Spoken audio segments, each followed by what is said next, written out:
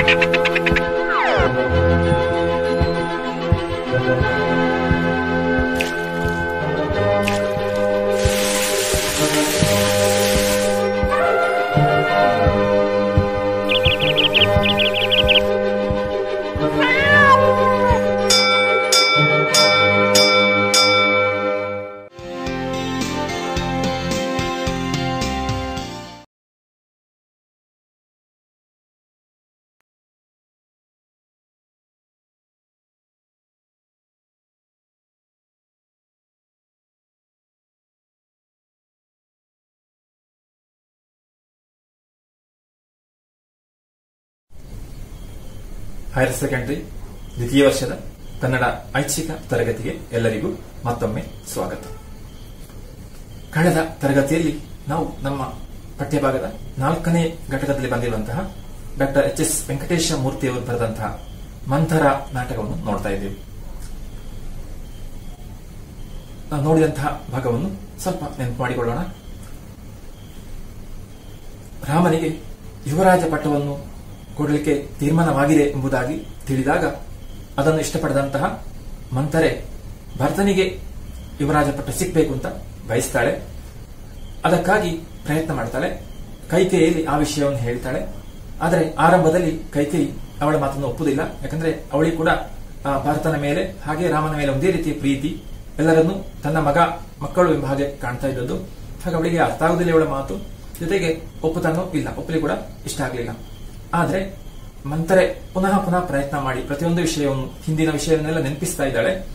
ಹಾಗೆಲ್ಲ ಹೇಳುವಾಗ ಮಂಥರೆ ಕೂಡ ನಿಧಾನವಾಗಿ, ಮಂಥರೆ ಮಾತು ಕೇಳಿ ಕೈಕೇಯಿ ಕೂಡ ನಿಧಾನವಾಗಿ ಸಂಶಯ ಬರ್ತದೆ. ಅವಳು ಹೇಳಿದ ಮಾತಿನಲ್ಲಿ ಅರ್ಥ ಇದೆ, ಎಲ್ಲರೂ ಸೇರಿ ತನ್ನ ಮಗನಿಗೆ ಸಿಕ್ಕಬೇಕಾದಂತಹ ಆ ಪಟ್ಟವನ್ನು ಕೊಡ್ತಾ ಇಲ್ಲ, ಮೋಸ ಮಾಡ್ತಾ ಇದ್ದಾರೆ ಅಂತ ಭಾವಿಸ್ತಾಳೆ.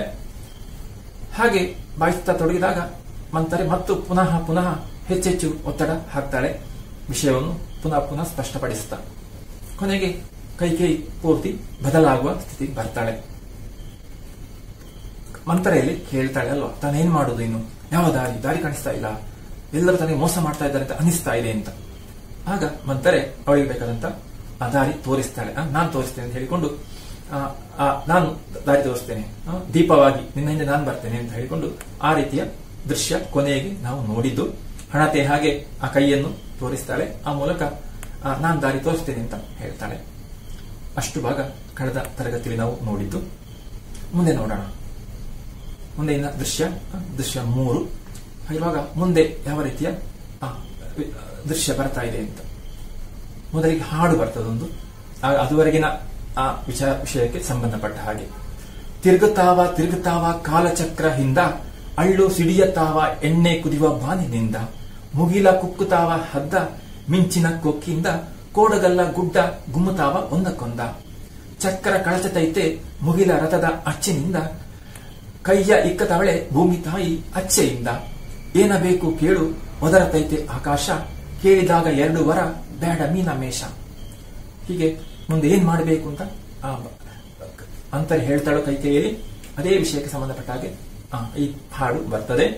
ಪೂರ್ತಿ ಬದಲಾಗ್ತಾ ಇದೆ, ಇದುವರೆಗಿನ ಸನ್ನಿವೇಶ ಎಲ್ಲ ಬದಲಾಗ್ತಾ ಇದೆ. ತಿರುಗುತ್ತಾವ ಕಾಲಚಕ್ರ ಹಿಂದ, ಕಾಲಚಕ್ರವೇ ಹಿಂದಕ್ಕೆ ತಿರುಗುವ ಹಾಗೆ ಇನ್ ಮುಂದೆ ನಡಿಲಿಕ್ಕಿದೆ. ಅಳ್ಳು ಸಿಡಿಯತಾವ ಎಣ್ಣೆ ಕುದಿಯುವ ಬಾನಿನಿಂದ, ಆಗ ಬಾನಿನಿಂದ ಎಣ್ಣೆಯಿಂದ ಸಿಡಿಯುವಂತ ಅಳ್ಳು ಅಂದ್ರೆ ಅರಳು ಸಿಡಿಯುವ ಹಾಗೆ ಅಂದ್ರೆ ಎಲ್ಲ ಬದಲಾಗ್ತಾ ಇದೆ. ಮುಗಿಲ ಕುಕ್ಕುತ್ತಾವ ಹದ್ದ ಮಿಂಚಿನ ಕೊಕ್ಕಿಂದ, ಮೋಡವನ್ನೇ ಹದ್ದು ಚುಚ್ಚಿದ ಹಾಗೆ ಆಗ್ಲಿಕ್ಕಿದೆ. ಕೋಡಗಲ್ಲ ಗುಡ್ಡ ಗುಮ್ಮುತ್ತಾವ ಒಂದಕ್ಕೊಂದ, ಕೋಡಗಲ್ಲ ಗುಡ್ಡ ಪರ್ವತಗಳೆಲ್ಲ ಒಂದಕ್ಕೊಂದು ತಿಕ್ಕುತ್ತಾ ಇವೆ ಅಂತ ಒಂದು ಘರ್ಷಣೆಯಲ್ಲಿ ಆಗ್ತಾ ಇದೆ. ದೊಡ್ಡ ಒಂದು ಸನ್ನಿವೇಶ ಈಗ ಸೃಷ್ಟಿಯಾಗಿದೆ ಅಂತ ಹೇಳುವ ಹಾಗೆ ಆ ಹಾಡು ಬರ್ತದೆ. ಚಕ್ರ ಕಳಚತೈತೆ ಮುಗಿಲ ರಥದ ಅಚ್ಚಿನಿಂದ, ಕೈಯ ಇಕ್ಕತಾವಳೆ ಭೂಮಿ ತಾಯಿ ಅಚ್ಚೆಯಿಂದ. ಹಾಗೆ ಆ ಚಕ್ರ ಕೂಡ ಕಳಚಿದ ಹಾಗೆ ಅದುವರೆಗಿನ ಎಲ್ಲ ವಿಷಯ ವ್ಯವಸ್ಥೆ ಬದಲಾಗ್ತಾ ಇದೆ. ಹಾಗಿರುವಾಗ ಏನಾಗ್ಬೇಕು ಮುಂದೆ? ಏನ್ ಬೇಕ ಕೇಳು ಒದರತೈತೆ ಆಕಾಶ, ಆಕಾಶವೇ ಕೇಳ್ತಾ ಇದೆ ನಿನ್ಗೇನ್ ಬೇಕು ಹೇಳು ಅಂತ. ಕೇಳಿದಾಗ 2 ವರ ಬ್ಯಾಡ ಮೀನಮೇಷ. ಕೇಳಿದಾಗ ಕೇಳಬೇಕು 2 ವರವನ್ನು. ಇನ್ನು ಮೀನಮೇಷ ಮಾಡುದು ಬೇಡ, ಅಲ್ಲ ತಡ ಮಾಡುದು ಬೇಡ, ಮೀನಮೇಷ ತಡ ಮಾಡುದು ಬೇಡ, ಆಲೋಚನೆ ಮಾಡುದು ಬೇಡ, ಕೂಡಲೇ ಕೇಳಬೇಕು ಅಂತ. ಅಂದ್ರೆ ಕೈಕೇಯಿ ಏನ್ ಮಾಡಬೇಕು ಅಂತ ಆ ಹಾಡಿನ ಮೂಲಕ ಸ್ವಲ್ಪ ಸೂಚನೆ ಸಿಗ್ತದೆ. ಈ ಕ್ರಿಯೆ ಮುಗಿಯುವ ವೇಳೆಗೆ ಕೈಕೇಯಿ ಎದ್ದು ನಿಂತಿದ್ದಾಳೆ. ಮಂತರಿಯ ಕೊನೆಯ ಮಾತನ್ನು ತನಗೆ ತಾನೇ ಹೇಳಿಕೊಳ್ತಾಳೆ. ಹಾಗೆ ಆ ಸಂಭಾಷಣೆಯ ಆ ರೂಪದಲ್ಲಿ ಅಥವಾ ಆ ಸಂಭಾಷಣೆಗೆ ಆರಂಭ ಮಾಡುವ ಹಾಗೆ ಹಾಡು ಬಂದಿದೆ. ಹಾಗಿರುವಾಗ ಕೈಕೇಯಿ ಎದ್ದು ನಿಂತಿದ್ದಾಳೆ. ಅದರ ಮೊದಲ ದೃಶ್ಯದಲ್ಲಿ ತಾನು ನಿದ್ರೆ ಮಾಡ್ತೇನೆ, ಯಾರು ಕೂಡ ಕರೆಯುವುದು ಬೇಡ, ತನಗೆ ಅಷ್ಟು ಕಷ್ಟ ಆಗ್ತಾ ಇದೆ, ತಲೆ ನೋಯ್ತಾ ಇದೆ ಅಂತ ಹೇಳಿ ನಿದ್ರೆ ಮಾಡಿದ್ದು. ಈಗ ಎದ್ದಿದ್ದಾಳೆ. ಎದ್ದು ಮಂತ್ರೆಯ ಕೊನೆಯ ಮಾತು ನೆನಪಿಗೆ ಬರ್ತದಲ್ವಾ, ಮೀನಮೇಷ ಮಾಡಬೇಡ, ಕೇಳು 2 ವರ ಅಂತ. ಹಾಗೆ ಕೇಳ್ತಾರೆ ಕೈಕೇಯಿ. ಬೇಡಿದಾಗ 2 ವರ ಬೇಡ ಮೀನಮೇಷ, ಬೇಡಿದಾಗ 2 ವರ ಬೇಡ ಮೀನಮೇಷ. ಅದನ್ನೇ ಆಲೋಚಿಸ್ತಾ ಇದ್ದಾರೆ. ಹಾಗೆ ಆಲೋಚಿಸುವಾಗ ಅವಳಿಗೆ ಗೊತ್ತಾಗ್ತದೆ 2 ವರ ಕೇಳು ಬೇಡು ಅಂತ. ಮಹಾರಾಜ ಕೊಟ್ಟ ಮಾತು ನೆನಪಾಗ್ತಾ ಇದೆ.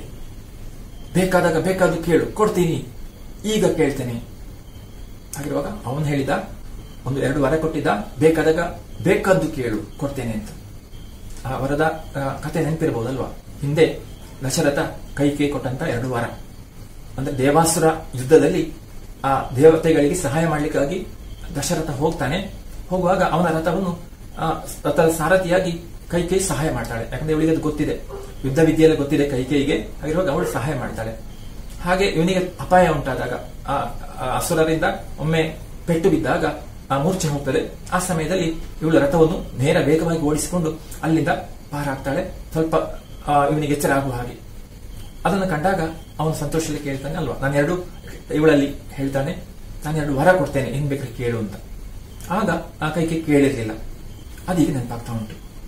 ಬೇಕಾದಾಗ ಕೇಳ್ತೇನೆ ಅಂತ ಹೇಳಿದ್ದು, ಈಗ ಅದರಲ್ಲಿ ನೆನಪಾಗ್ತಾ ಉಂಟು, ಈಗ ಕೇಳ್ತೇನೆ. ರಘುವಂಶದ ರಾಜರು ನಾಲಿಗೆ ಮೇಲೆ ನಡೀತಾರಂತೆ, ಖಂಡಿತ ಕೇಳ್ತೇನೆ, ಕೇಳಿದ್ರೆ ಅವನು ಕೊಡ್ಲೇಬೇಕು. ಯಾಕಂದ್ರೆ ರಘುವಂಶದವರು ಅಲ್ಲ, ರಘುವಂಶದಲ್ಲಿ ಹುಟ್ಟಿದವರು. ಹಾಗಿರುವಾಗ ಅವರು ನಾಲಿಗೆ ಮೇಲೆ ನಡೀತಾರೆ. ಅಂದ್ರೆ ಅವ್ರು ಹೇಳಿದ ಮಾತು ಯಾವ್ದು ತಪ್ಪುದಿಲ್ಲ ಅಂತ. ನಾಲಿಗೆಯಲ್ಲಿ ಒಂದು ಮಾತು ಬಂದ್ರೆ ಆ ಮಾತಿನ ಪ್ರಕಾರ ನಡೀತಾರೆ. ಹಾಗಿರೋ ಖಂಡಿತ ಕೊಟ್ಟೆ ಕೊಡ್ತಾರೆ. ಬೇಕಾದಾಗ ಬೇಕಾದ್ದು ಕೇಳಿಕೊಡ್ತೀನಿ ಅಂತ ಹೇಳಿದ್ದಾನೆ ಯಾರು, ದಶರಥ. ಆಗ ಹೇಳ್ತಾನೆ ಇವಳು, ಮಂತರ ಕಾಲು ದಾರಿ ಈಗ ರಾಜಮಾರ್ಗದಾಗಿ ಕಾಣ್ತಾ ಇದೆ.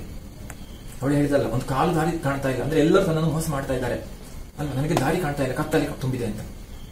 ಆಗ ಮಂತ್ರ ಹೇಳಿದ್ದು, ಆ ಒಂದು ಕಾಲು ದಾರಿ ನಾನು ತೋರಿಸ್ತೇನೆ ಅಂತ. ಈಗ ಆ ದಾರಿ ದೊಡ್ಡದಾಗಿದೆ, ಅಂದ್ರೆ ಒಳ್ಳೆ ಒಂದು ಅವಕಾಶ ಬಂದಿದೆ ಈಗ. ಅಂದ್ರೆ ಅಷ್ಟು ಕೈಗೆ ಬದಲಾಗಿದ್ದಾಳೆ ಈಗ ಅಲ್ಲ. ತನ್ನ ಮಗ ಭರತನಿಗೆ ಪಟ್ಟ ಸಿಗ್ಬೇಕು, ಯುವರಾಜ ಪಟ್ಟ ಸಿಗ್ಬೇಕು, ಅಷ್ಟು ಸಿಕ್ಕಂದಾಗಿ ಆಲೋಚಿಸುವಷ್ಟು ಬದಲಾಗಿದ್ದಾಳೆ. ಆಗ ಆ ರೀತಿಯಲ್ಲಿ ಮಂತರೆ ಮಾತಾಡಿದಾಳೆ ಇವಳಲ್ಲಿ. ನನ್ನ ಕರುಳ ಕುಡಿಯಿನ ಸಾಕೇತದ ಸುವರ್ಣ ಸಿಂಹಾಸನ ಕಡೆ ಕರೆದೊಯ್ಯೋ ರಾಜರಸ್ತೆ ಕಾಣ್ತಾ ಇದೆ. ಅಂದ್ರೆ ದೊಡ್ಡ ರಸ್ತೆ ಕಾಣ್ತಾ ಉಂಟು, ರಾಜರಸ್ತೆ ಕಾಣ್ತಾ, ಅಂದ್ರೆ ದೊಡ್ಡ ಅವಕಾಶ ಇದೆ, ನನಗೆ ಜಯ ಸಿಗ್ತದೆ. ಹಾಗಿರುವಾಗ ನನ್ನ ಮಗನನ್ನು ಆ ಅಯೋಧ್ಯೆಯ ಸುವರ್ಣ ಸಿಂಹಾಸನದ ಕಡೆಗೆ ಕರೆದೊಯ್ಯುವಂತ ರಾಜರಸ್ತೆ ಕಾಣ್ತಾ ಉಂಟು. ಅಂದ್ರೆ ನನ್ನ ಮಗನಿಗೆ ಯುವರಾಜ ಪಟ್ಟ ಸಿಗ್ತದೆ, ಯಾವ ಕಾರಣಕ್ಕೂ ತಪ್ಪುದಿಲ್ಲ, ಅಷ್ಟು ದೊಡ್ಡ ಅವಕಾಶ ಕಾಣ್ತಾ ಉಂಟು, ಅದು ನನ್ನ ಕೈಯಲ್ಲಿದೆ. ಆಗ ಮಂತರ ಹೇಳ್ತಾಳೆ, 5 ಬೆಳ್ಳಾಗೆ 5 ಬತ್ತಿ ಅಪಪ ಬಗ ಬಗ ಬಗ ಉರಿತ ಆದವು ನನ್ನ ಬೆಳ್ಳು. ಅಂದ್ರೆ ಮೊದಲ ಸನ್ನಿವೇಶ ನೋಡಿದೇವಲ್ಲ, ಅವಳು ಹಣತೆಯಾಗಿ ಮಾಡಿದಾಳೆ, 2 ಕೈಯನ್ನು ಹಿಡಿದುಕೊಂಡು ಅಲ್ಲಿ ಬತ್ತಿ ಇಡು ಅಂತ ಹೇಳಿದಾಳೆ, ಬೆಂಕಿ ಬರ್ತಾ ಇದೆ ಅಂತ. ಆ ರೀತಿಯ ದೃಶ್ಯ ಬಂದಿತ್ತು. ಆಗ ಹೇಳಿದಾಗ, ನಾನಲ್ಲ ನನಗೆ ದಾರಿ ತೋರಿಸಿದ್ದು, ನನ್ನ ಕೈಯ ಬೆರಳು ಅಲ್ಲ, ನನ್ನ ಕೈ ಉರಿತಾ ಉಂಟು, ಯಾಕಂದ್ರೆ ಬೆಂಕಿ ಬಗ ಬಗ ಉರಿತಾ ಉಂಟು ಅಂತ. ಇದು ಸೂಚನೆ, ಅಂದ್ರೆ ದೊಡ್ಡ ಒಂದು ಸಮಸ್ಯೆ ಬರ್ಲಿಕ್ಕಿದೆ ಅಲ್ಲ, ಒಂದು ಅಲ್ಲೋಲ ಕಲ್ಲಲ್ಲ ಆಗ್ಲಿಕ್ಕಿದೆ ಮುಂದೆ ಅಂತ ಇವಳ ಮಾತು ಕೇಳಿ. ಅಂದ್ರೆ ಅವರೆಲ್ಲ ರಾಮನಿಗೆ ಪಟ್ಟಾಭಿಷೇಕ ಅಂತ ತೀರ್ಮಾನ ಮಾಡಿದ್ದು, ಇಲ್ಲಿ ಪೂರ್ತಿ ಬದಲಾಗಲಿಕ್ಕಿದೆ ಅಂತ ಒಂದು ಸನ್ನಿವೇಶ ಬರ್ಲಿಕ್ಕಿದೆ ಎಂಬುದು ಸೂಚಿಸ್ತದೆ ಇದು. ಬೆಂಕಿ ಹೆಚ್ಚಾಗ್ತಾ ಉಂಟು, ನನ್ನ ಬೆರಳು ಸುಡ್ತಾ ಉಂಟು ಅಂತ. ಕೈಕೇಯಿ ಅದಕ್ಕೆ ಹೇಳ್ತಾಳೆ, ಬೆರಳನ್ನು ಉಫ್ ಎಂದು ಊದಿ, ಈ ಡೊಂಕು ಬೆರಳಿಗೆ ನನ್ನ ಮಂಕಿ ಉಂಗುರ. ಓಹೋ, ನಿನ್ನ ಬೆರಳಿಗೆ ನೋವಾಯ್ತಾ? ಡೊಂಕು ಬೆರಳಲ್ಲ, ಮುದುಕಿ ಅಲ್ಲ, ನಾನು ನನ್ನ ಉಂಗುರ ಕೊಡ್ತೇನೆ ಅಂತ ಹೇಳ್ತಾಳೆ ಸಂತೋಷದಲ್ಲಿ. ಆ ರೀತಿ ನಾಟಕ ದೃಶ್ಯ ಹೋಗ್ತದೆ. ಮಂತರ ಹೇಳ್ತಾಳೆ, ಕೈಕೇಯಿಯ ಗಲ್ಲ ಹಿಡಿದು ಅಲಗಿಸುತ್ತಾ, ಅವಳ ಗಲ್ಲ ಹಿಡಿದು ಅಲಗಿಸ್ತಾಳೆ. ಸಂತೋಷ ಆಗ್ತದೆ ಅವಳಿಗೆ ಅಲ್ವಾ, ನಾನು ಹೇಳಿದ ಹಾಗೆಲ್ಲ ಆಗ್ತಾ ಇದೆ ಅಂತ. ಏಟು ಚಂದ ಕಾಣ್ತೀಯ ನನ್ನ ಕಣ್ಣಾಗಿನ ಬಣ್ಣದ ಬೊಂಬಿ ಹೇಳ್ತಾಳೆ. ಎಷ್ಟೊಂದು ಚಂದ ಕಾಣ್ತಾ ಇದೆಯಾ ನನ್ನ ಕಣ್ಣಾಗಿನ ಬಣ್ಣದ ಬೊಂಬಿ. ನನ್ನ ಕಣ್ಣಲ್ಲಿ ಬಣ್ಣದ ಗೊಂಬೆ ಹೇಗೆ ಕಾಣ್ತಾ ಇದೆ, ನನ್ನ ಮಟ್ಟಿಗೆ ನೀನು ಅಷ್ಟು ಸಂತೋಷ ಕೊಡೋಗಳು ಅಂತ. ಏಟು ಚಂದ ಕಾಣ್ತೀಯೇ ನನ್ನ ಕಣ್ಣಾಗಿನ ಬಣ್ಣದ ಗೊಂಬಿ ಅಂತ ಹೇಳುವಾಗ ಕೈಕೇಯಿ ಹೇಳ್ತಾರೆ, ಮಂತರ ಯಾವ ವರ ಕೇಳಲಿ ನನ್ನ ಮಹಾರಾಜನನ್ನ. ಕೈಕೇಯಿ ಅದೇ ಆಲೋಚಿಸ್ತದಲ್ಲ, ಮುಂದೇನ್ ಮಾಡ್ಬೇಕು. ಹಾಗೆ ಏನು ಯಾವ ವರ ಕೇಳಲಿ, 2 ವರ ಇದೆ, ಕೊಡ್ತೇನೆ ಅಂತ ಹೇಳಿದಾನೆ, ನಾನು ಹೇಳಿದ್ದೇನೆ ಬೇಕಾದ್ರೆ ಕೇಳ್ತೇನೆ ಅಂತ. ಮಂತರ ಹೇಳ್ತಾಳೆ, ಈಗ ನಾನಾ ಮಹಾರಾಜ, ಹಾಗಿದ್ರೆ ನೋಡು ನಾನು ಹೇಳಿಕೊಡ್ತೇನೆ, ಯಾವ ರೀತಿಯಲ್ಲಿ ಸನ್ನಿವೇಶ ಬರಬಹುದು ಅಂತ. ಈಗ ನಾನಾ ಮಹಾರಾಜ, ನೋಡಿ ನನ್ನನ್ನು ಮಹಾರಾಜ ತಿಳ್ಕೊ, ದಶರಥ ಅಂತ ತಿಳ್ಕೊ, ರಾಜರ ಧ್ವನಿಯಲ್ಲಿ ಮಾತಾಡ್ತಾಳೆ. ಕೇಳು ಕೇಳು ಕೈಕ, ಬೇಕಾದ್ರು ಕೇಳು. ಹೀಗೆ ದಶರಥ ಹೀಗೆ ಹೇಳಿಯಾನು ಅಂದ್ರೆ ಅದೃಶ್ಯ ಹೀಗೆ ತೋರಿಸ್ತಾ ಇದ್ದಾರೆ. ಹೀಗೆ ನೀನು ಅವನು ಕೇಳಿದಾಗ ಕೈಕೇಯಿ ತನ್ನಲ್ಲೇ, ಆಗ ಮಂತರೆ ದಶರಥನ ಆ ರೀತಿಯಲ್ಲಿ ಆ ಸ್ವರದಲ್ಲಿ ಮಾತಾಡ್ತಾಳೆ. ಮಂತ್ರಿಗೆ ಪಕ್ಕನೆ ಕಷ್ಟ ಆಗ್ತದೆ, ಯಾಕಂದ್ರೆ ಬದಲಾವಣೆ ಆದಷ್ಟೇ ಅಲ್ಲ. ತನ್ನಲ್ಲೇ ಹೇಳ್ತಾಳೆ, ಯಾಕೋ ನಾಳೆಗೆ ಹಿಡಿತಾ ಇದೆ, ಮಾತಾಡ್ಲಿಕ್ಕೆ ಆಗ್ತಾ ಇಲ್ಲ ಅಂತ ಅಲ್ಲ, ಇದೊಂದು ಅದಕ್ಕೆ ತಯಾರಿ ಮಾಡುವಾಗ. ಆಗ ಮಂತ್ರ ಹೇಳ್ತಾಳೆ, ಕೈಕಾ ನಿನ್ನ ಮಗನಿಗೆ ಯುವರಾಜ ಪಟ್ಟ ಬೇಡೇನು, ಹೆದರ್ಕೋಬೇಡ, ಇಲ್ಲಿ ಹಾಗೆ ಅಗಿ ಮಾಡಬೇಡ, ಯುವರಾಜ ಪಟ್ಟ ಬೇಕಾ ಬೇಡ ಅಂತ ಕೇಳ್ತಾಳೆ. ಮಂತ್ರ ಗಟ್ಟಿಯಾಗಿ ನಕ್ಕು, ನನ್ನ ಮಗನಿಗೆ ಯುವರಾಜ ಪಟ್ಟ. ಆಗ ಅವಳು ಹೇಳಿದ ಕೈಕೇಯಿ ಬಯಸ್ತಾಳೆ, ಹೌದು ನನ್ನ ಮಗನಿಗೆ ಯುವರಾಜ ಪಟ್ಟ ಕೇಳಲೇಬೇಕು, ಪಟ್ಟ ಬೇಕೇ ಬೇಕು, ಹಾಗಿದ್ರೆ ಹೇಳ್ತೇನೆ ಕೇಳ್ತೇನೆ. ಮಂತ್ರ ಹೇಳ್ತಾನೆ ಗಟ್ಟಿಯಾಗಿ ನಕ್ಕು, ಕೊಟ್ಟೆ ತಗೋ ನೀನು. ಆಗ ಅವಳು ಆ ದಶರಥ ಹೇಳುವಾಗ ಮಾಡ್ತಾಳಲ್ಲ, ಸರಿ ಕೊಟ್ಟೆ ತಗೋ ನೀನು ಅಂತ ಕೊಡ್ತಾಳೆ. ಭರತನಿಗೆ ಯುವರಾಜ ಪಟ್ಟ ಕೊಟ್ಟೆ, ಹೀಗೆ ಹೇಳ್ಬಹುದು ಅವನು. 1 ವಾರ ಆಯ್ತು, ಇನ್ನೂ 1 ವಾರ ಆಯ್ತು, ಸರಿ 1 ವಾರ ಅದಲ್ವ, ಭರತನಿಗೆ ಯುವರಾಜ ಪಟ್ಟ ಬೇಕಲ್ಲ, ಕೊಟ್ಟೆ. ಈ ರೀತಿಯಾಗಿ ಮಂತರೆ ನಟಿಸ್ತಾ ಇದ್ದಾಳೆ. ಅಂದ್ರೆ ಅಲ್ಲಿ ಹೀಗೆ ಆಗ್ಬಹುದು ನೀನು ಅವನ ಹತ್ರ ಕೇಳುವಾಗ ಅಂತ. ಅವನು ಮತ್ತೆ ಕೇಳಿದ, ಇನ್ನೂ 1 ವಾರ ಐತಿ, ಇನ್ನು ಕೂಡ 1 ವಾರ ಉಂಟಲ್ಲ, 2 ವಾರ ಅಲ್ಲ ಕೊಡ್ತೇನೆ ಹೇಳಿದಂತ. ಆ ಕೈಗೆ ಹೇಳ್ತಾಳೆ, 1 ಸಾಕು, 2ನೇ ವಾರ ಕೇಳುವ ಅಗತ್ಯನೇ ಇಲ್ಲ, ಅಯ್ಯೋ 2 ವಾರ ಬೇಡ, ನನಗಷ್ಟೇ ಬೇಕಾದ್ದು ಅಂತ ಅವಳು ಬೇಯಿಸ್ತಾಳೆ. ಹೆಚ್ಚು ವಿಷಯ ಕೈಗೆ ಗೊತ್ತಿಲ್ಲ ಅವಳು. ಅವಳು ಈಗೇನ್ ಬೇಕು ಮಂತ್ರ ಹೇಳಿದಾಗೆ ತನ್ನ ಮಗನಿಗೆ ಯುವರಾಜ ಪಟ್ಟ ಸಿಗಬೇಕು ಅಂತ. ಆಗ ಮಂತ್ರ ಹೇಳ್ತಾಳೆ, ಕೊಡೋ ಕೈ ಕೊಡ್ತಾ ಇರುವಾಗ ಕೇಳೋದಕ್ಕೇನು ಕೊಳ್ಳೆ ಹೋಗೋದು, ನೀನ್ ಯಾಕೆ ಹಾಗಾಗ್ತಿದ್ ಬೇಡ ಅಂತ.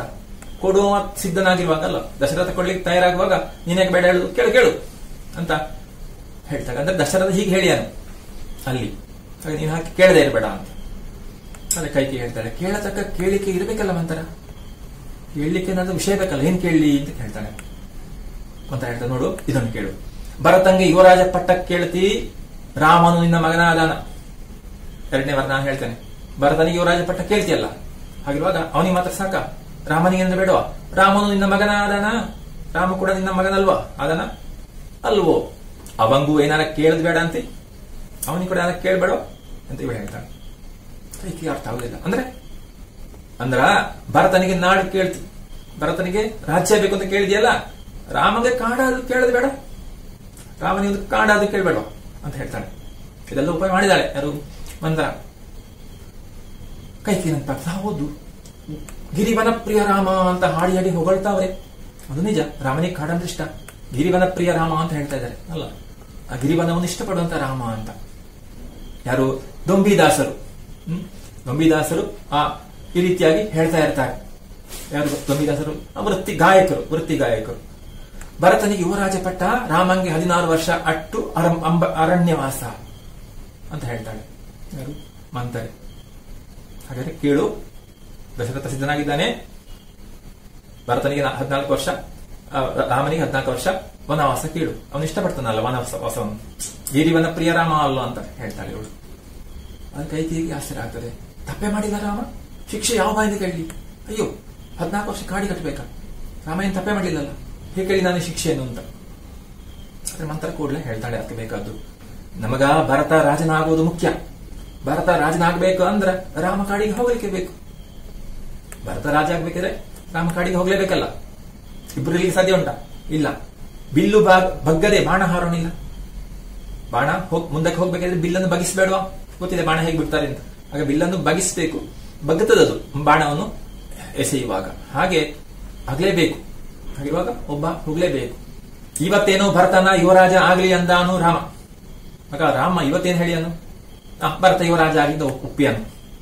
ಆದ್ರೆ ಮುಂದೆ ಅದಾಲೋಚಿಸ್ಕೊಡುವ, ರಾಜಕಾರ್ಯದಾಗ ಇವತ್ತ ಅಂದದ್ದ ನಾಳಿಕು ನಾಯಕರು ಅಂತಾರೆ ಅಂಬೋದು ಯಾವ ನಚ್ಚಗಿ. ಹಾಗಿರುವಾಗ ಇವತ್ತು ರಾಮ ಒಪ್ಪಿಯನು ಅಲ್ಲ, ನೀನು ಕೇಳಿದಾಗ, ತಂದೆ ಹೇಳಿದಾಗ. ಆದ್ರೆ ಮುಂದೆ ಹಾಗೆ ಆಗ್ತಂತ ಏನ್ ಗೊತ್ತು, ಬದಲಾದ್ರೆ. ಹಾಗಿರುವ ಅದೆಲ್ಲ ಬೇಕಾದ ವ್ಯವಸ್ಥೆ ಮಾಡಬೇಕು. ಯಾಕಂದ್ರೆ ಈಗ ಹಾಗೆ ಅಲ್ವಾ, ಇವತ್ತು ಹೇಳಿ ನಾಳೆ ಒಪ್ಲಿಕ್ಕೆ ಕೆಲವೇ, ನಾಳಿಗೂ ನಾಯಕರು ಅಂತಾರ ಅಂಬೋದು ಯಾವ ನಚ್ಚಗಿ, ಯಾವ ರೀತಿ ನಂಬಿಕೆ, ನಾಳೆ ನಾಯಕರು ಅದೇ ಹೇಳಿಯಾರು ಅಂತ. ಕಾಲ ಉರುಳಿದ ಹಂಗ ನಾಳೆಗೆ ಇನ್ನು ಉರುಳ್ತಾ ಇರ್ತಾವ. ಕಾಲ ಉರುಳಿದ ಹಾಗೆ, ಸಮಯ ಉರುಳಿದ ಹಾಗೆ ಮಾತು ಕೂಡ ಬದಲಾಗ್ತದೆ, ನಾಳೆಗೆ ಕೂಡ ಉರುಳುತ್ತದೆ ಅಲ್ಲ. ಇನ್ನೊಂದು ಮಾತು ಹೇಳಿದಾರೆ. ಹಾಗಿರುವಾಗ ನಾವು ನಂಬಿಕೆ ಸಾಧ್ಯ ಉಂಟಾ?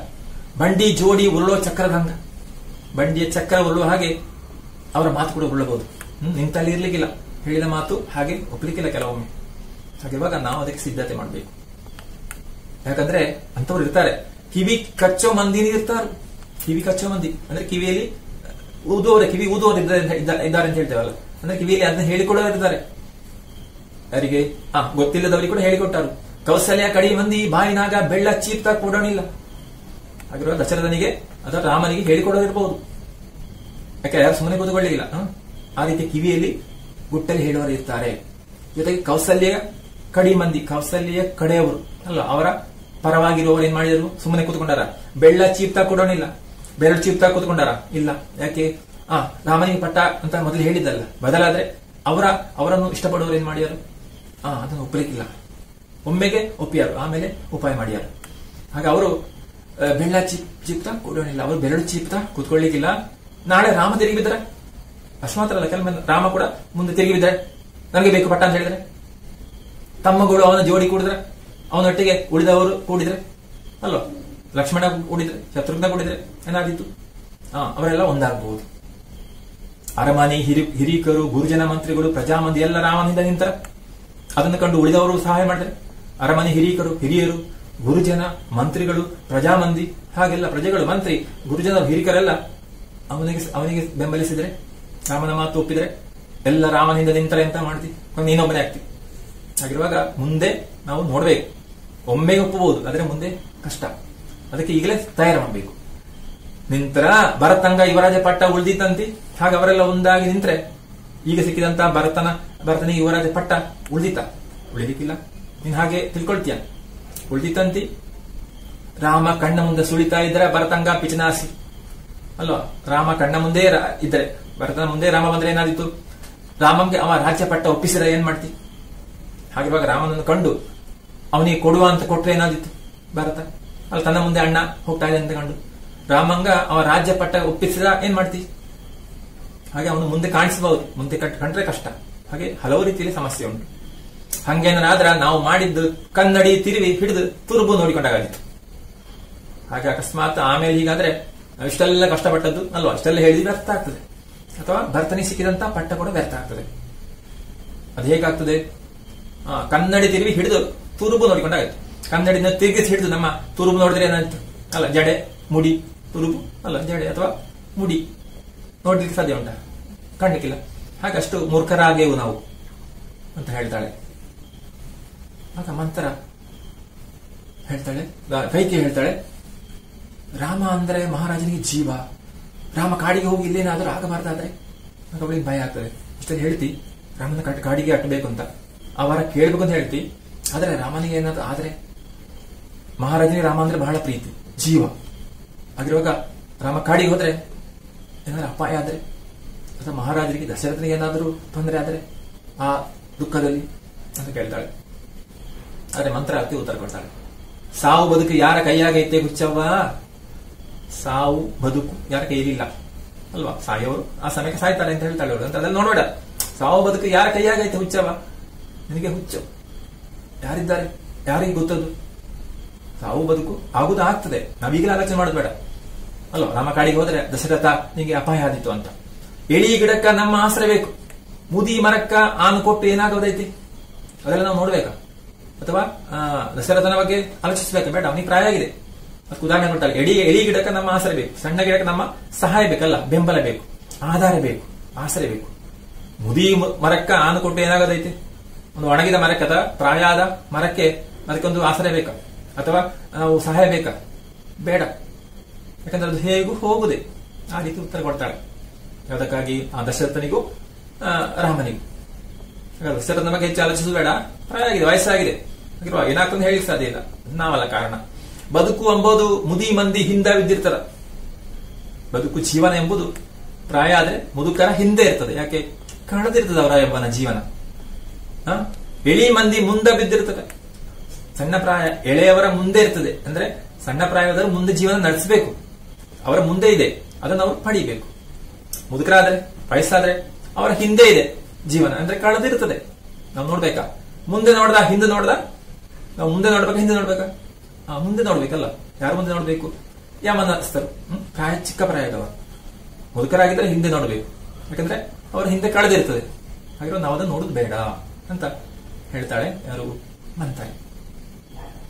ಮಂಥರೆ ಮಾತು ಕೇಳಿ ಕೈ ಹೇಳ್ತಾಳೆ, ಆದರೂ 14 ವರ್ಷ ಅದು ಸರಿ ಅಲ್ವಾ, ನನ್ನ ಮಗನ ವಿಚಾರ ನೋಡ್ಬೇಕು, ಆದ್ರೆ 14 ವರ್ಷ ರಾಮನನ್ನು ಕಾಡಿಗಾಟಬೇಕಾ?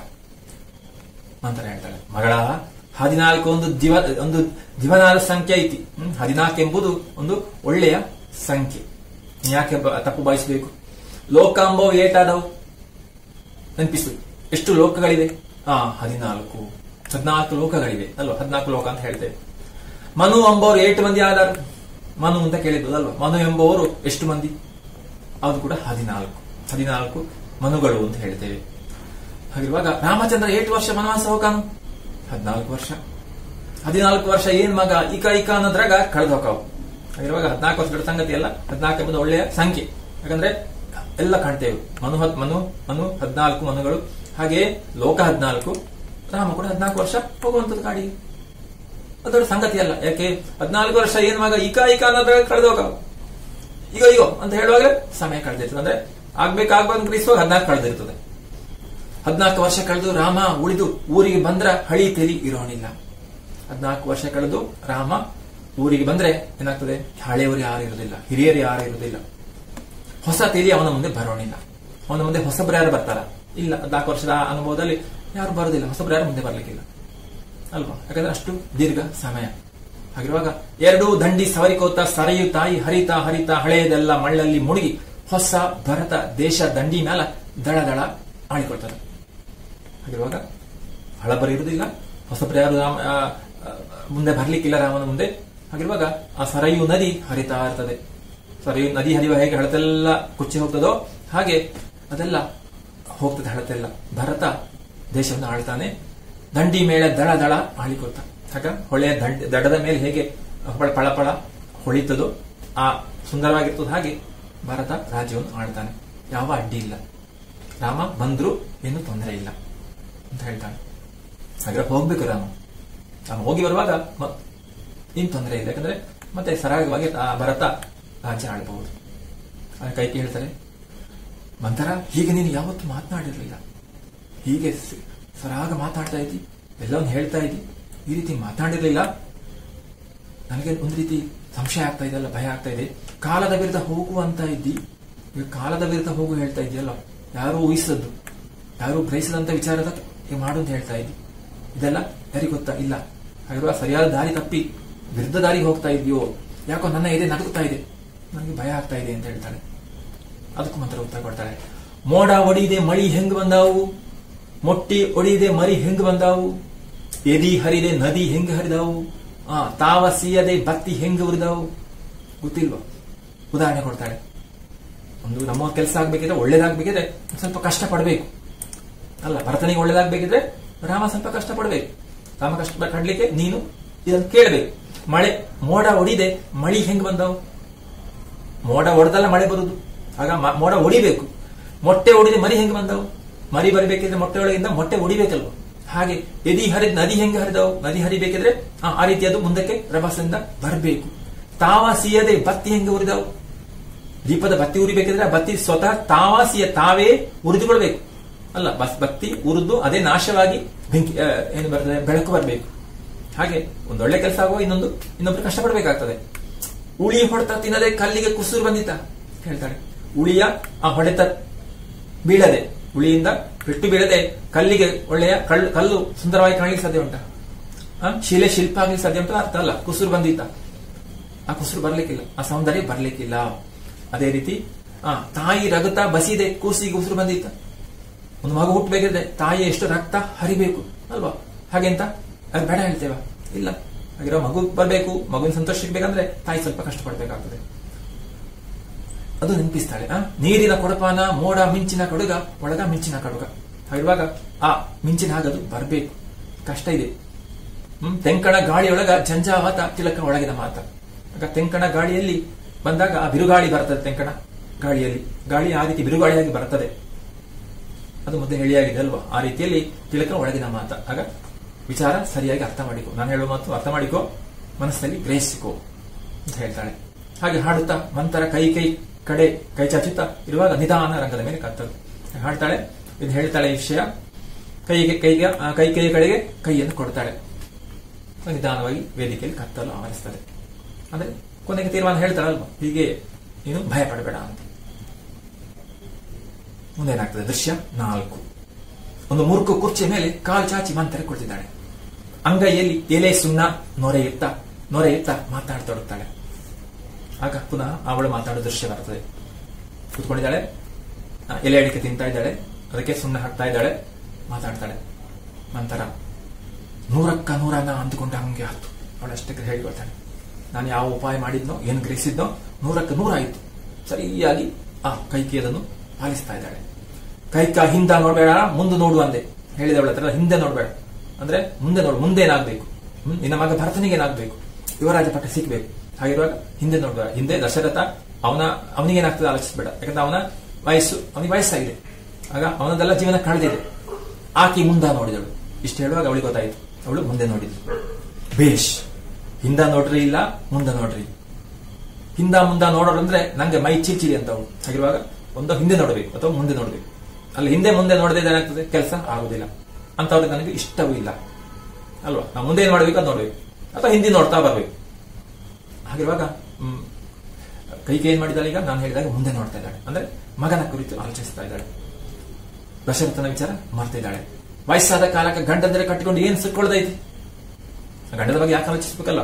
ವಯಸ್ಸಾದವರೊಟ್ಟಿಗೆ ವಯಸ್ಸಾದ ಗಂಡನ ಜೊತೆಗೆ ಏನ್ ಮಾಡ್ಲಿಕ್ಕೆ ಉಂಟು, ಸಂತೋಷ. ಸುಮಕ ರಿಪಿ ಮಾತಾಡ್ತಾವ್. ವಯಸ್ಸಾದವರು ಸುಮ್ಮನೆ ರಿಪಿ ಅಂದ್ರೆ ಪಿರಿ ನಾವು ಹೇಳ್ತೇವೆ ಹಾಗೆ, ಜೋಡು ಪದ ಬರುವಂತ ಹಾಗೆ ಅವರು ಪಿರಿ ಹೇಳ್ತಾ ಇರ್ಬೋದು, ಏನೆಲ್ಲ ಮಾತಾಡಬಹುದು. ದುಡಿಯೋ ಮಕ್ಕಳ ಹಿತ ನೋಡ್ಬೇಕಾತಿ ತಾಯಿಗಳು. ತಾಯಿ ಯಾವ್ದಾರು ಏನ್ ಮಾಡ್ಬೇಕು, ಆ ಪ್ರಾಯವಾದ ಗಂಡಂದಿರನ್ನು ನೋಡುದಲ್ಲ, ಅವರು ಪಿರಿ ಹೇಳ್ತಾ ಇರ್ತಾರೆ, ತಮ್ಮ ಮಕ್ಕಳನ್ನು ನೋಡ್ಬೇಕು. ನಮ್ಮ ಮಕ್ಕಳು ದುಡಿತಾರೆ, ಅವರ ಹಿತ ನೋಡ್ಬೇಕಾಗ್ತಿ ತಾಯಿಗಳು. ತಾಯಂದಿರು ತಮ್ಮ ಮಕ್ಕಳ ಜೀವನ ನೋಡ್ಬೇಕು. ನಾನಾ ಈ ಕೈಯಾರ ಹಾಕಿ ಕೂದಲ ಕೆದರಿ, ಹಾಗೆ ನಾನೇನ್ ಮಾಡಿದೆ, ಬೇಕಾದೆಲ್ಲ ಸಿದ್ಧ ಮಾಡಿದೆ. ನಾನಾ ಈ ಕೈಯಾರ ಹಾಕಿ ಕೂದಲ ಕೆದರಿ, ಇದೇ ಕೈಯಲ್ಲಿ ನಾನು ಅವಳ ಕೂದಲನ್ನು ಕೆದರಿದೆ. ಕೆದರಿ ಮುಡಿದ ಮಲ್ಲಿಗೆ ಮಾಲಿ ಹರಿದು, ಅವಳು ಮುಡಿದಂತ ಮಲ್ಲಿಗೆ ಮಾಲೆಯನ್ನು ಹರಿದೆ. ಮೊಣಕೈ ಬಟ್ಟ ತೊಟ್ಟ ಬಳಿ ಒಡೆದು, ಮೊಣಕೈವರೆಗೆ ಬಳೆ ಹಾಕಿದ್ದು ಅದನ್ನು ಒಡೆದೆ. ಮಿಂಚಿನಂತ ಹೆಣ್ಣಿಗೆ ಮುಗಿಲಿನಂತ ಕರಿ ಕೌದಿ ಮುಸುಕು ಹಾಕಿ ಈ ಕವ್ವೆಂಬ ಕತ್ತಲ ಕ್ವಾಣಿಗೆ ನುಕ್ಕಿ ಬಂದಿದೆ. ಹಾಗೆ ಹೇಳ್ತಾಳೆ, ನಾನಿಷ್ಟು ತಯಾರು ಮಾಡಿದ್ದೇನೆ. ಮಿಂಚಿನಂತ ಹೆಣ್ಣಿಗೆ ಅಂತ ಸುಂದರಿ ಹೆಣ್ಣಿಗೆ ಅಥವಾ ಮಿಂಚಿನಾಗ ಹೊಳೆಯುವಂತಹ ಆ ಕೈಗೆ ಏನ್ ಮಾಡಿದೆ, ಮುಗಿಲಿನಂತ ಕರಿ ಕೌದಿ ಮುಸುಕು ಹಾಕಿ, ಅಂದ್ರೆ ಮುಗಿಲಿನಂತ ಅಂದ್ರೆ ಮೋಡದ ಹಾಗೆ ಅಷ್ಟು ಕಪ್ಪಗಿನ ಮುಸುಕನ್ನು ಬಟ್ಟೆಯನ್ನು ಅಂತ ಒಂದು ಬಟ್ಟೆಯನ್ನು ಹಾಕಿದೆ ಅವಳ ತಲೆಗೆ. ಮುಸುಕು ಹಾಕಿ ಆ ಕವ್ವೆಂಬ ಕತ್ತಲ ಕೋಣೆಗೆ ನೂಕಿ ಬಂದಿದ್ದೀನಿ. ಅತ್ಯಂತ ಕತ್ತಲಿರುವಂತಹ ಒಂದು ಕೋಣೆ ಉಂಟು, ಕೋಪಗೃಹ ಅಂತ ಹೇಳ್ತೇವೆ. ಅಂದ್ರೆ ಕೋಪ ಬಂದವರು ಅದರೊಳಗೆ ಹೋಗುವಂಥದ್ದು. ಅಲ್ಲಿ ಹೋದ್ರೆ ಅವರಿಗೆ ಕೋಪ ಬಂದಿದೆ ಅಂತ ಅರ್ಥ. ಆಗ ಆ ಕವ್ವೆಂಬ ಅಷ್ಟು ಗೌವ್ ಅಂತ ಅನಿಸುವಂತ ಕತ್ತಲೆಯ ಒಂದು ಕೋಣೆಗೆ ನೂಕಿ ಬಂದೆ. ಅವಳನ್ನು ಅಲ್ಲಿ ನೂಕಿ ಕಳಿಸಿ ಬಂದಿದ್ದೇನೆ. ಅವಳಿಗೆ ಈ ರೀತಿ ಎಲ್ಲ ಮಾಡಿಕೊಂಡಲ್ಲ, ನೋಡುವ ಗೊತ್ತಾಗಬೇಕು ಕೋಪ ಬಂದಿದೆ, ಬೇಸರ ಬಂದಿದೆ ಅಂತ. ಆ ರೀತಿ ಒಂದು ಮುಸುಕನ್ನು ಹಾಕಿ ನಾನು ಕಳಿಸಿದ್ದು. ಹಳೆಯ ಒಂದು ಬಟ್ಟೆಯನ್ನು ಹಾಕಿ, ಕೌದಿ ಅಂದ್ರೆ ಹಳೆಯ ಆ ತುಂಡು ವಸ್ತ್ರ ಸೇರಿಸಿ ಮಾಡುವಂತ ಒಂದು ಬಟ್ಟೆ, ಅದನ್ನು ಹಾಕಿ ಬಂದಿದ್ದೇನೆ. 19-20 ವರ್ಷದ ಹಿಂದೆ ಆಕಿನ ಶೋಭಾನದ ಕ್ವಾಣಿಗೆ ಬಿಡುವಾಗ ಏನೇನು ಮಾಡಿದನೋ ಅದಕ್ಕೆ ತದ್ವಿರುತ್ತ ಮತ. ಹಾಗೆ ಅವಳು ಮದುವೆಯಾಗಿ ಬಂದು ಶೋಭಾನದ ಸಮಯದಲ್ಲಿ ಹೇಗೆ ಅವಳನ್ನು ಕೋಣೆಗೆ ನಾನು ಕಳಿಸಿದ್ದು ಅದಕ್ಕೆ ವಿರುದ್ಧ ಇದು ಅಲ್ವಾ. ಅಷ್ಟು ಕೆಟ್ಟದ, ಆಗಷ್ಟು ಸಂತೋಷದಲ್ಲಿ ಸಂಭ್ರಮದಲ್ಲಿ ಸುಂದರವಾಗಿ ಅವಳನ್ನು ಕಳಿಸಿದ್ದು. ಈಗ ಅಷ್ಟೇ ಕೆಟ್ಟದಾಗಿ ಕಳಿಸಿದ್ದೇನೆ ಹೀಗೆಲ್ಲ ಮಾಡಿ ಒಂದು ಅಲ್ವಾ, ಅವಳ ನೋವನ್ನು ಹೇಳುವ ಹಾಗೆ ತದ್ವಿರುದ್ಧವಾಗಿ ಮಾಡಿದ್ದೇನೆ. ಏನಾಯ್ತು ಮುಂದೆ, ಅದು ಗೊತ್ತಾಯ್ತು ಯಾರಿಗೆ, ರಾಜನಿಗೆ, ದಶರಥನಿಗೆ. ಗಸ ಬಸ ಅಂತ ಓಡಿಕೋತ ಬಂದ ದಶರಥ. ದಸ ಬಸ ಅಂತ ಅದು ಕೂಡ ಒಂದು ಅನುಕರಣೆ, ಅಂದ್ರೆ ಹೇಗೆ ಬಂದ ಇದು ಗೊತ್ತಾಗಿ ಗಾಬರಿ ಹಾಗೆ ಹೇಗಾದ್ರೂ ಓಡಿ ಬಂದ. ಅದನ್ನ ದಸ ಬಸ ಅಂತ ಹೇಳಿ ಬಂದ್ರು. 10 ರಥ ಆದವು ಅವನವು, ಅವನಿಗೆ 10 ರಥಗಳಿವೆ. ಈ ದೇಶದವು, ಪರದೇಶದಿಂದ ತಂದವು, ಸ್ವರ್ಗದ ದೊರೆಯೇ ಕೊಟ್ಟದ್ದು. ಹಾಗೆ ಈ ದೇಶದ ಉಂಟು ಸ್ವರ್ಗ ದೊರೆ ಅಲ್ವಾ, ದೇವೇಂದ್ರ ಕೊಟ್ಟಂತಹ ರಥವು ಉಂಟು ಅಂತ 10 ರಥ. ಹಾಗಿರುವಾಗ ಇಟ್ಕೊಂಡು ಏನ್ ಮಾಡ್ತೀರಿ, ಅಚ್ಚು ಸವಿತಾವು ಅಂತ ಈ ಬಯ ರಥ ಓಡಿಸೋದೇ ಇಲ್ರಿ. ಇಷ್ಟು ರಥ ಇದ್ರು ಕೂಡ ನಾವೇನೋ ಒಂದು ಉಪಯೋಗಿಸ್ತೇನೆ ಈಗ, ಇಲ್ಲ ಹಾಳಾಗುದು ಬೇಡ ಅಂತ ಅಚ್ಚು ಸವಿತಾವ ಅಂತ, ಅದು ಹಾಳಾಗುದು ಬೇಡ, ಸವಿದು ಹೋಗುದು ಬೇಡ ಅಂತ ಓಡಿಸ್ತಾ ಇಲ್ಲ. ಸಾರಥಿ ಸುಮಂತ್ರ ಕೆಲಸ ಬೊಗ್ಸಿ ಇಲ್ಲದಕ್ಕೆ ಮಂತ್ರಿ ಆಗಿ ಕುಂತಾನ. ಸಾರಥಿಯಾದ ಸುಮಂತ್ರ ಸಾರಥಿ, ಅವನಿಗೆ ಕೆಲಸ ಇಲ್ಲ, ಯಾಕೆ ರಥ ಓಡಿಸ್ತಾ ಇಲ್ಲ ಈಗ. ಆಗ ಅವನಿಗೆ ಕೆಲಸ ಇಲ್ಲ, ಅವನನ್ನು ಮಂತ್ರಿಯಾಗಿ ಮಾಡಿ ಕೂತ್ಕೊಳಿಸಿದ್ದಾರೆ. ಇದೆಲ್ಲ ಇಲ್ಲಿ ನಡೀತಾ ಇರುವಂತದ್ದು. ಯಾರು, ದಶರಥನಿಂದ. ಅಂದ್ರೆ ಪ್ರಾಯ ಆಗಿದೆ, ಮುದುಕಾಗಿದ್ದಾನೆ. ಹೀಗೆ ಹೇಳಿ ಎಲಿ ಉಂಡೆ ಮಾಡಿ ಬಾಯಿಗೆ ಹೋಗಿದ್ದು. ಹಾಗೆ ಒಂದು ವೀಳಿಯನ್ನು ಎಲೆ ಉಂಡೆ ಮಾಡಿ ಬಾಯಿಗೆ ಹಾಕ್ತಾಳೆ. ಮುಂದೇನಾಯ್ತು, ದಸ ಬಂದನ ರಾಣಿವಾಸ ಕ್ರೋಧಾಗಾರ ಯಾಕೆ ಹೊಕ್ಕಿತ್ತು ಅಂತ ನಂತರ ಕೇಳಿದಂತೆ. ರಾಣಿ ಯಾಕೆ ಆ ಕ್ರೋಧಾಗಾರಕ್ಕೆ ಹೊರಟದ್ದು, ಅದರೊಳಗೆ ಯಾಕೆ ಹೋದಂದ್ರೆ ಗೊತ್ತಿದೆ ಅವಳು ಯಾಕೆ ಅಲ್ಲಿ ಹೋಗ್ಬೇಕಿದ್ರೆ ಸಿಟ್ಟು ಬಂದಿರ್ಬೇಕು ಅಲ್ಲ, ಬೇಸರ ಬಂದಿರ್ಬೇಕು ಅಂತ. ಆಗ ನಾನು ಹೇಳಿದೆ, ನೀವೇ ಕೇಳಿದ್ರಿ ಸಾಹೇಬ್ರ ಅಂದಿದ್ರಿ, ನೀವೇ ಕೇಳಿ ಅಂತ ನಾನು ಹೇಳಿದೆ. ರಾಮರಾಮ ಅಂತ ತಾಲೆ ಚೆಚ್ಚಿಕೋತ ಮುದಿ ರಾಜ ಕತ್ತಲ ಕೋಣೆಯೊಳಗೆ ಹೋದ. ಗಾಬರಿಯಿಂದ ಹೋದ. ಅಯ್ಯೋ ರಾಮರಾಮ ಏನಾಯ್ತು ಅವಳಿಗೆ ಅಂತ. ಇವಳು ಹೇಳ್ತಾ ಇಲ್ಲ ಏನಾಯ್ತು ಅಂತ. ಆ ಕತ್ತಲೆ ಕೋಣೆಗೆ ಹೋದ. ಎಡವಿಕೋತ ಬಿದ್ದುಕೋತ ಈಯಪ್ಪ ರಾಣಿ ತಾವು ಹೋಗಿ ಮಾತು ಸುರು ಹಚ್ಚಿದ. ನನಗೆ ಕೇಳ್ತಾ ಇದ್ದ, ನಾನು ಹೊರಗಿದೆ. ಹೇಗಾದ್ರೂ ಓಡಿದಾನಲ್ಲ, ಓಡಿ ಎಡವಿಗಿದ್ ಬಿದ್ನೋ ಗೊತ್ತಿಲ್ಲ, ಅಂತೂ ಒಳಗೆ ಹೋದ. ಈಯಪ್ಪ ಇವನು ರಾಣಿ ತಾವು ಹೋಗಿ ರಾಣಿ ಹತ್ರ ಹೋಗಿ ಮಾತು ಸುರು ಹಚ್ಚಿದ. ಮಾತಾಡಿ ಶುರು ಮಾಡಿದ.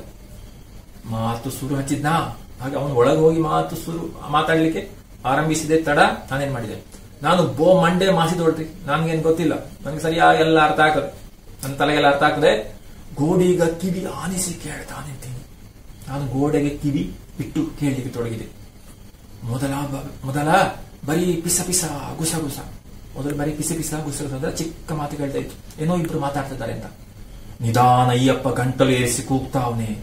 ಹಾಗೆ ನಾನು ಗೋಡೆಗೆ ಕಿವಿ ಕೊಟ್ಟು ಕೇಳ್ತಾ ಇರುವಾಗ ಆರಂಭದಲ್ಲಿ ನಿಧಾನವಾಗಿ ಕೇಳಿಸ್ತಾ ಇತ್ತು. ಆಮೇಲೆ ಅವನ ಗಂಟಲು ಅವನ ಸ್ವರ ಏರ್ತಾ ಇದೆ, ಗಟ್ಟಿ ಆಗ್ತಾ ಇದೆ. ಆಕಿನು ಗಂಟಿ ಹೊಡೆದ ಹಂಗ ಮಾತನಾಡ್ಲಿ ಹತ್ಯಾಳ. ಕೈಕೇಯ ಮಾತು ಕೂಡ ಗಟ್ಟಿಯಾಗಿ ಕೇಳ್ತಾ ಇದೆ. ಹೇಗೆ? ಗಂಟೆ ಹೊಡೆದಾಗಿ, ಅಂದ್ರೆ ಅಷ್ಟು ಗಟ್ಟಿ ಕೇಳ್ತಾ ಇದೆ. ಇದೇ ಇವಳು ಕೂಡ ಬಯಸಿದ್ದಲ್ವಾ ಆ ರೀತಿಯಲ್ಲಿ ಮಾತಾಡಬೇಕು ಅಂತ. ಮುಂದೆ ದಶರಥ ಮತ್ತು ಕೈಕೇಯ ಧ್ವನಿಗಳು ಕೇಳ್ತವೆ. ಹಾಗಿರೋ ನಾನು ಕಿವಿಗೆಟ್ಟಿ ಕೇಳುವಾಗ ಕೇಳ್ತಾ ಇದೆ. ಇಬ್ಬರ ಧ್ವನಿ ಹೆಚ್ಚಾಗಿದೆ. ಹೇಗಿತ್ತದು? ಮುಂದೆ ಆ ದೃಶ್ಯ ಬರ್ತದೆ. ದಶರಥ, ನಾನು ನಿನ್ನ ದೇವತೆ ಅಂತ ತಿಳಿದಿದ್ದೆ, ದೇವತೆ ಅಲ್ಲ ನೀನು, ಅಪ್ಸರಿ ಆಕಾರದ ರಕ್ಕಸಿ. ಈ ಮಾತು ಕೇಳ್ತದೆ. ದಶರಥನಿಗೆ ಬೇಸರ, ಸಿಟ್ಟು ಬರ್ತದಲ್ಲ, ಇವಳು ಏನ್ ಹೇಳ್ತಾ ಇದ್ದಾರೆ ಅಂತ ಗೊತ್ತಿದೆ. ಇವಳು ಕೇಳಿದಾಳೆ ಅಲ್ವಾ ವರವನ್ನು, ನೀನು ರಕ್ಕಸಿ ಅನ್ನಕ್ಕೆ ನಾನು ಗ್ರಹಿಸಲಿಲ್ಲ, ದೇವತೆ ಅಂತ ಭಾವಿಸಿದ್ದು, ಅಷ್ಟು ಒಳ್ಳೆಯವಳು ಅಂತ. ಈಗ ನಿನ್ನ ರೂಪ ಮಾತ್ರ ಅಪ್ಸರಿ ಆಕಾರ ರಕ್ಕಸಿ, ನೀನು ಅಪ್ಸರಿಯಾಗಿದ್ದಿ, ಆದರೆ ನಿನ್ನ ಗುಣ ರಾಕ್ಷಸಿ ಇದೆ ಅಂತ ಕೈಕೆ ಉತ್ತರಿಸ್ತಾಳೆ. ಓಹೋ ಹಾಗೋ, ಬೇಕಾದಾಗ ಅಪ್ಸರಿ, ಬೇಡವಾದಾಗ ರಾಕ್ಷಸಿ, ಹೆಂಗಸರನ್ನ ಗಂಡಸರ ನೋಡೋದೇ ಹಾಗೆ. ಈ ಮಾತು ಕೇಳ್ತದೆ. ನಿಮ್ಗೆ ಬೇಕಾದಾಗ ಬೇಕಾದ ಹೇಳ್ತಾ ಇದ್ದೀರಿ. ಹಿಂದೆ ನಾನು ಅಪ್ಸರಿ ಅಂತ ಗ್ರಹಿಸಿ ನನ್ನನ್ನು ಸೌಂದರ್ಯ ನೋಡಿ ನನ್ನನ್ನು ಸ್ವೀಕರಿಸಿದ್ದು, ಈಗ ನಾನು ಬೇಡ ಅಲ್ವಾ, ರಾಕ್ಷಸಿ ಅಂತ ಹೇಳ್ತಾ ಇದ್ದೀನಿ ಅವಳು ಹೇಳ್ತಾಳೆ. ಅಂದ್ರೆ ಮಂತರ ಹೇಳಿದಾಳಲ್ಲ, ನಿನಗೆ ಇಷ್ಟ ಇಲ್ಲ ಅಂತ. ನಾನು ಕೇಳಲಿಲ್ಲ, ನೀವಾಗೆ ಬೇಕಾದಾಗ ಬೇಕಾದ ಕೇಳಿ ಕೊಡ್ತೀನಿ ಅಂತ ಮಾತು ಕೊಟ್ಟಿರಿ. ನಾನೇನು ಕೇಳಿದ್ದ ನಿಮ್ಮ ಹತ್ರ ವರ? ಇಲ್ಲ, ನೀವೇ ಹೇಳಿದ್ದು ಅಲ್ಲ ಬೇಕಾದ ಕೇಳು ಅಂತ. ನಾನು ಬೇಕಾದಾಗ ಕೇಳ್ತೇನೆ ಹೇಳಿದೆ. ಆ ವರದ ಮಾತು ಬಂದಿದೆ, ಈಗ ಅದರ ನಂತರ ಮಾತಿದೆ. ನೀವೇ ಮಾತು ಕೊಟ್ರಿ, ಈಗ ಕೇಳಿದೆ. ಮಾತು ಉಳಿಸಿಕೊಳ್ಳೋದು ಬಿಡೋದು ನಿಮ್ಗೆ ಬಿಟ್ಟದ್ದು. ನೀವೇ ಹೇಳಿದ್ದು ಕೇಳು ಅಂತ ನಾನು ಕೇಳಿದ್ದೇನೆ. ಆ ಮಾತು ಉಳಿಸಿಕೊಳ್ದಿರೋ ಇಲ್ಲವೋ ನಿಮ್ಗೆ ಬಿಟ್ಟದ್ದು ಅಂತ ಹೇಳ್ತಾಳೆ ಇವಳು. ಅಂತೂ ಈ ರೀತಿಯ ಮಾತು ಬಂತು, ಗೊತ್ತಾಯ್ತು ಅಲ್ಲಿ ವಿಷಯ ಬಂತು ಅಂತ. ಯಾವುದು ವರ ಕೇಳಿದಾಳೆ ಇವಳು ಅಂತ ಗೊತ್ತಾಯ್ತು. ಈ ಮಂತರೆ ಕೂಡ. ದಶರಥ ಹೇಳ್ತಾನೆ, ಭರತನಿಗೆ ಯುವರಾಜ ಪಟ್ಟ ಕೇಳು. ಅಯ್ಯೋ ಯಾಕಾದ್ರೆ ಹೇಳ್ತಾ ಇದೆಯಾ? ಭರತನಿಗೆ ಯುವರಾಜ ಪಟ್ಟ ಬೇಕಾದ್ರೆ ಕೇಳು, ನಾನು ಬೇಡ ಅನ್ನಲ್ಲ ಅಲ್ಲ ಅಂದ. ಯಾಕಂದ್ರೆ ನಿನಗೆ ಆ ಪ್ರೀತಿ ಇದ್ರೆ, ನಿನಗೆ ಇಷ್ಟ ಇದ್ರೆ. ಆದ್ರೆ ರಾಮ 14 ವರ್ಷ ಕಾಡಿಗೆ ಹೋಗ್ಬೇಕಂತೆಯಲ್ಲ. ಕಾಡು ಅಂದ್ರೆ ಏನು ಅಂತ ತಿಳಿದಿದೆ ನೀನು, ಆದ್ರೆ ರಾಮನನ್ನು ಕಾಡಿಗೆ ಕಳಿಸ್ಬೇಕು ಅಂತ ಕೇಳ್ತಾ ಇದೆಯಲ್ಲ, ಇದು ಸರಿಯೋ? ಕಾಡಂದ್ರೆ ಏನು ಭಾವಿಸಿದ್ ಏನು ಅಂತ? ಅಷ್ಟು ಸುಖ ಇದೆ ಅಲ್ಲಿ. ನೀನು ಒಪ್ಪತ್ತು ಕಾಡಿನಲ್ಲಿ ಇರಲಾರೆ, ನೀವು ಒಂದು ಹೊತ್ತು ಕೂಡ ಕಾಡಿನಲ್ಲಿ ನಿನಗೆ ಇರ್ಲಿಕ್ಕೆ ಸಾಧ್ಯ ಇಲ್ಲ. ಅಲ್ಲಿ ನಡೆಯೋಕೆ ರಸ್ತೆ ಇರುವಲ್ಲ, ಮಲಗೋಕೆ ಹಾಸಿಗೆ ಇರುವಲ್ಲ, ತಿನ್ನೋಕೆ ಅನ್ನ ಇರುವಲ್ಲ. ಕ್ರೂರ ಮೃಗಗಳು, ಕ್ಷುದ್ರ ಕೀಟಗಳು, ನರಹಂತಕ ರಾಕ್ಷಸರು, ಮತ್ ಮಳೆ, ಗಾಳಿ, ಬಿಸಿಲು, ಬೆಂಕಿ, ಕಾಡು ಅಂದ್ರೆ ಕೈದೋಟ ಅಂತ ತಿಳಿದಿದ್ಯಾ ಹೇಳ್ತಾಳೆ. ನಿನಗೆ ಗೊತ್ತಿಲ್ಲ, ಕಾಡಿನ ವಿಷಯ ಗೊತ್ತಿಲ್ವ? ಅಲ್ಲಿ ಏನಿದೆ? ಮಲಗಲಿಕ್ಕೆ ಸಾಧ್ಯ ಉಂಟಾ? ಆಹಾರ ಸೇವಿಸಲಿಕ್ಕೆ ಸಾಧ್ಯ ಉಂಟಾ? ನಡೆಯಲಿಕ್ಕೆ ಸಾಧ್ಯ ಉಂಟಾ? ಅಲ್ವಾ? ಅಲ್ಲಿ ಮೃಗಗಳಿವೆ, ಪ್ರಾಣಿಗಳಿವೆ, ರಾಕ್ಷಸರಿದ್ದಾರೆ, ನರಹಂತಕ, ಮನುಷ್ಯರನ್ನು ಕೊಲ್ಲುವಂತ ರಾಕ್ಷಸರಿದ್ದಾರೆ. ಮಳೆ ಇದೆ, ಗಾಳಿ, ಬಿಸಿಲು, ಬೆಂಕಿ, ಹಾಗಿರೋ ಇದೆಲ್ಲ ಇರುವಂತಹ ಅಪಾಯದ ಸ್ಥಳ. ನೀನೇಂತ ಬಯಸಿದ್ದು? ಕೈದೋಟ ಅಂತ ತಿಳಿದಿದ್ಯಾ? ಅದನ್ನು ತೋಟ, ಉದ್ಯಾನವೋ ಅಲ್ವಲ್ಲ. ನಾಗರಿಕರಲ್ಲಿ ಜೀವ ಸಹಿತ ಒಂದು ದಿನ ಬದುಕುವುದು ಕಷ್ಟ. ಒಂದು ದಿನ ಕೂಡ ಅಲ್ಲಿನ ಜನರಲ್ಲಿ ಜೀವಿಸಲಿಕ್ಕೆ ಸಾಧ್ಯ ಇಲ್ಲ. ಕಾಡಂದ್ರೆ ಅಷ್ಟು ಭೀಕರವಾದದ್ದು. ಇನ್ನು ಸುಕುಮಾರ ರಾಮ 14 ವರ್ಷ, ರಾಮ 14 ವರ್ಷ ಹೇಗೆ ಕಳಿಬೇಕ? ನೀನು ಅದ ಕೇಳ್ತಾ ಇರುವುದು. ನಿನ್ನ ಕರುಳಲ್ಲ, ಕರಿ ನಾಗರದ ಸಿಂಬಿ. ಇನ್ನೊಬ್ಳು ಹೆಣ್ಣು, ನಿನಗೊಂದು ಕರುಳು ಇದೆ, ಮನಸ್ಸಿದೆಯಾ? ಅದು ಮನಸ್ಸು ಇಲ್ಲ, ಕರುಳೇ ಅಲ್ಲ ಅದು. ಅದು ನಾಗರ ಹಾವಿನ ಹೆಡೆ. ಅದು ಕರಿನಾಗದ ಸಿಂಬಿ, ಕರಿನಾಗ ಅಷ್ಟು ವಿಷಯ ಇದೆ ಅಂತ ಅರ್ಥ ಅಲ್ವಾ? ಅದರ ಹೆಡೆ ನೀನು. ನಿನ್ನ ಹೃದಯ ಅಲ್ಲ, ಪಾಷಾಣದ ಗಡ್ಡೆ. ನಿನಗೆ ಹೃದಯ ಇಲ್ಲ. ನಿನ್ನ ಹೃದಯ ಎಂಬುದು ಆ ವಿಷಯದ ಗಡ್ಡೆ, ವಿಷ ತುಂಬಿದ ಹೃದಯ ನಿನ್ನದು. ನಿನ್ನ ನಾಲಿಗೆ ಅಲ್ಲ, ನರಕದ ಕದ. ನಿನ್ನ ನಾಲಿಗೆ ಅಲ್ಲ. ಅಂದ್ರೆ ನಿನ್ನ ನಾಲಿಗೆ ಇಂಥ ಮಾತು ಬರ್ತಾ ಇದೆ, ರಾಮನನ್ನು ಕಾಡಿ ಕಳಿಸು ಅಂತ. ಅದು ನರಕದ ಕದ, ಬಾಗಿಲು. ನಾಲಿಗೆ ಎಂಬುದು ನರಕದ ಬಾಗಿಲು, ನರಕಕ್ಕೆ ಹೋಗುವಂಥದ್ದು ಹೇಳ್ತಾನೆ. ಸಿಟ್ಟರಿಯಾರು ದಶರಥ. ಆದ್ರೆ ಕೈಕೇಯಿ ಅನ್ನೋದಕ್ಕೆ ಚಿಂತೆ ಮಾಡೋದಿಲ್ಲ, ಉತ್ತರಿಸ್ತಾಳೆ. ಓಹೋ ಬೈತಾ ಇದ್ದೀರಾ, ಬೇಕಾದ್ ಬೈರಿ. ಬೈಗಳು ಎಲ್ಲ ಮುಗಿದ ಮೇಲೂ ಕೊನೆ ಶಬ್ದ ಒಂದು. ನೀವು ಬೈದ್ರೆ ಬೈರಿ, ಆದರೆ ಕೊನೆ ಕೂಡ ವಿಷಯ ಒಂದೇ. ಇಂಥದ್ದು ಒಂದು ನಿಮ್ಮ ಬಾಯಲ್ಲಿ ಬರಲೇಬೇಕು. ನಾನು ಕೇಳಿದ್ದೇನೆ ಪ್ರಶ್ನೆ ಅಲ್ವಾ, ನನಗೆ 2 ವಾರ ಬೇಕು ಅಂತ. ಅದು ಕೊಡ್ತೀರಾ ಇಲ್ಲ ಹೇಳಿ, ಹೌದು ಅಥವಾ ಇಲ್ಲ. ನಿಮ್ಮ ಬಾಯಲ್ಲಿ ಬರಬೇಕಾದ್ದು ಇಷ್ಟೇ, ಹೌದು ಇಲ್ಲ ಅಂದ್ರೆ ಕೊಡ್ತೇನೆ ಅಥವಾ ಇಲ್ಲ. ಎಷ್ಟು ಬೇಕಾದ್ರೆ ಬೈರಿ, ಆದ್ರೆ ನನಗೆ ಬೇಕಾದ ಉತ್ತರ ಇದು. ನಾನು ಕೊಟ್ಟ ಮಾತು ನಡೆಸ್ತೀನಿ ಅಥವಾ ಇಲ್ಲ, ಸ್ಪಷ್ಟವಾಗಿ ಹೇಳ್ತೇನೆ ಅಲ್ಲ. ನೀವು ಕೊಟ್ಟ ಮಾತು ನಡೆಸ್ತೀರೋ ಇಲ್ವೋ ಹೇಳಿ. 2ರಲ್ಲಿ ಒಂದು ಹೇಳಿ. ಬರೀ ಬೈದರೆ ಬೈದ ಬಾಯಿ ಹೊಲಸು ಅಷ್ಟೇ, ಉತ್ತರ ಕೊಡಿ. ಬರೀ ಬೈತಾ ಇದ್ರೆ ಆ ಬೈದ ಬಾಯಿ ಹೊಲಸು ಆಗ್ತದೆ ಹೇಳ್ತಾಳೆ ಅಲ್ವಾ. ಅಷ್ಟು ಕೊಳಕಂತ ಭಾವಿಸ್ತೇನೆ. ದಶರಥನಿಗೆ ಕಷ್ಟ ಆಗ್ತದೆ. ಏನ್ ಮಾಡ್ಲಿ ಈಗ, ಎಂತ ಸಂದಿಗ್ಧ ತಂದ್ಬಿಟ್ಟೆ. ಅಯ್ಯೋ ಇಂಥದ್ದು ಇಕ್ಕಟ್ಟಿನಲ್ಲಿ ಸಿಕ್ಕಿದೆ ನಾನೀಗ. ಅಲ್ಲ, ವರ ಕೊಟ್ಟದ್ದು ಕೊಡ್ಬೇಕಾಗ್ತದೆ, ಮಾತು ಕೊಟ್ಟದ್ದು ನಡೆಸಬೇಕು. ಆದ್ರೆ ನಡೆಸುವ ವಿಷಯ ಎಂತದ್ದು, ರಾಮನನ್ನು ಕಾಡಿಗಟ್ಟುವಂಥದ್ದು. ಭರತನನ್ನು ಬೇಕಿದ್ರೆ ಯುವರಾಜ ಪಟ್ಟ ಕೊಡಬಹುದು, ಆದ್ರೆ ಇದೇ ಹೇಗೆ ಮಾಡಿ ಸಾಧ್ಯ? ಆಡಿದ ಮಾತು ಮುರಿಬಾರದು ಅಲ್ವಾ. ಅರಸನಾಗಿ ಮಾತು ತಪ್ಪಬಾರದು, ತಪ್ಪಿದ್ರೆ ಈ ವಂಶಕ್ಕೆ ಕೆಟ್ಟ ಹೆಸರು ಅಲ್ಲ. ಆಡಿದ ಮಾತು ನಡೆಸುವವರು ನಾವು ಅಂತ. ನಾನು ಹೋಗ್ತೀನಿ ಬೇಕಾದ್ರೆ ಕಾಡಿಗೆ ಹೇಳ್ತಾನೆ. ಅಯ್ಯೋ ಹಾಗೆ ಕೇಳಬೇಡ, ಬಿಟ್ಟು ನಾನು ಕಾಡಿಗೆ ಹೋಗುವ, ರಾಮ ಕಾಡಿಗೆ ಹೋಗ್ಲಿ ಅನ್ಬೇಡ. ಅದು 14 ವರ್ಷ, ಹೇಗೆ ಊಹಿಸ್ಲಿಕ್ಕೆ ಸಾಧ್ಯ ಇಲ್ಲ. ಒಂದು ಅರೆ ಕ್ಷಣ ನಾನು ರಾಮನನ್ನು ಬಿಟ್ಟಿರಲಾರೆ. 14 ವರ್ಷ ಹೋಗಿ ಒಂದು ಅರೆ ಕ್ಷಣ ಕೂಡ ನಾನು ಬಿಡ್ಲಿಕ್ಕೆ ಸಾಧ್ಯ ಇಲ್ಲ. ರಾಮ ಕಾಡಿಗೆ ಹೋದರೆ ನನ್ನ ಎದೆ ಒಡೆದು ಹೋಗುತ್ತೆ, ನನಗೆ ಜೀವಿಸಲಿಕ್ಕೆ ಸಾಧ್ಯ ಇಲ್ಲ. ಎದೆ ಒಡೆದು ಹೋದಿತ್ತು, ಅದು ನಮಗೆ ಸಹಿಸಲಿಕ್ಕೆ ಸಾಧ್ಯ ಇಲ್ಲ. ನಿನ್ನ ಮಗ ಯುವರಾಜ ಪಟ್ಟ ಏರಿದರೆ ನೀನು ವೈದವ್ಯದ ಪಟ್ಟ ಏರಬೇಕಾಗುತ್ತೆ. ಹಾಗೆ ನೀನು ಹಠದಲ್ಲಿ ನಿಂತರೆ ಏನಾಗ್ತದೆ, ನೀನು ವೈದವ್ಯದ ಪಟ್ಟ ನೀನು ವಿಧವೆ ಆಗ್ಬೇಕಾಗ್ತದೆ. ನಿನ್ನ ಮಗ ಪಟ್ಟಕ್ಕೆ ಬರುವಾಗ ನೀನು ವಿಧವೆ ಆಗ್ತಿ, ಅಂದ್ರೆ ನಾನು ಸಾಯ್ತೇನೆ, ನನ್ನ ಪ್ರಾಣ ಹೋದಿತ್ತು. ದಾರಿದ್ರ ದಾಮೋದರಿ ಅಂದ್ರೆ ಅಷ್ಟು ಕೆಟ್ಟವಳೆ ಅಂತ, ಅಂತಹ ಆ ದೇಹದವಳೆ. ದರಿದ್ರ ದಾಮೋದರಿ ದೊಡ್ಡ ದೇಹದವಳು ಅಂದ್ರೆ ಕೆಟ್ಟವಳು ಅಂತ. ಕೈಕೇಯಿ ಆಲೋಚಿಸ್ತಾಳೆ. ಒಂದು ಕ್ಷಣ ಗಂಡನ ತೀವ್ರವಾಗಿ ನೋಡಿ ಅವನನ್ನು ನೋಡ್ತಾಳೆ. ಇಷ್ಟೆಲ್ಲ ಬೈತಾ ಇದ್ದಾನೆ, ಹೇಳ್ತಾ ಇದ್ದಾನೆ, ಜೊತೆಗೆ ಹೆದರಿಸ್ತಾ ಇದ್ದಾನೆ, ನಾನು ಪ್ರಾಣ ಬಿಡ್ತೇನೆ ಅಂತ. ಮುದಿ ಗಂಡಸರಿಗೆ ಹೆಂಡಿರಾಗಿ ಬರೋ ಹುಡುಗಿರ ಹಣೆಯಲ್ಲಿ ಬ್ರಹ್ಮ ಹುಟ್ಟ ಮೊದಲೇ ವೈದವ್ಯದ ಪಟ್ಟದ ಕರಾರು ಪತ್ರ ಬರೆದಿರ್ತಾನೆ. ಇವಳು ಕೂಡ ಅಷ್ಟೇ ಸಮರ್ಥ ಉತ್ತರಿಸ್ತಾಳೆ. ನೀವು ನನಗೆ ಹೆದರಿಸಬೇಡ, ನಿಮ್ಮನ್ನು ಮದುವೆ ಆಗಲೇ ಗೊತ್ತಿದಲ್ವಾ, ಯಾವಾಗ ಬೇಕಿದ್ರೆ ನಾನು ವಿಧವೆ ಆಗಬಹುದು ಅಂತ. ಯಾಕೆ ಅಷ್ಟು ಮುದುಕರು, ಅಷ್ಟು ಪ್ರಾಯ ಆಗಿದೆ ನಿಮ್ಗೆ. ಮುದಿ ಗಂಡಸರಿಗೆ ಹೆಂಡಿರಾಗಿ ಬರೋ ಹುಡುಗಿರಿ ಹಣೆಯಲ್ಲಿ ಬ್ರಹ್ಮ ಹುಟ್ಟೋ ಮೊದಲೇ ವೈದವ್ಯದ ಪಟ್ಟ ಕರಾರು ಪತ್ರ ಬರೆದಿರ್ತಾನೆ. ಬ್ರಹ್ಮ ಮೊದಲೇ ಬರೆದಿರ್ತಾನಲ್ಲ, ನೀವು ಯಾವಾಗ ಬೇಕಾದ್ರೆ ವಿಧವೆ ಆಗಬಹುದು. ಯಾಕೆ ಇನ್ನು ಮುದಿ ಪ್ರಾಯ, ನಾನು ಚಿಕ್ಕವಳು. ಹಾಗೆ ನನಗೇನು ಹೆದರಿಕೆ ಆಗುದಿಲ್ಲ. 50 ತುಂಬಿದ ನಿಮಗೆ 16 ತುಂಬದ ನನ್ನ ಧಾರೆ ಎದ್ದು ಕೊಟ್ಟರು. ಅದ್ ನೆನಪಿರಲಿ.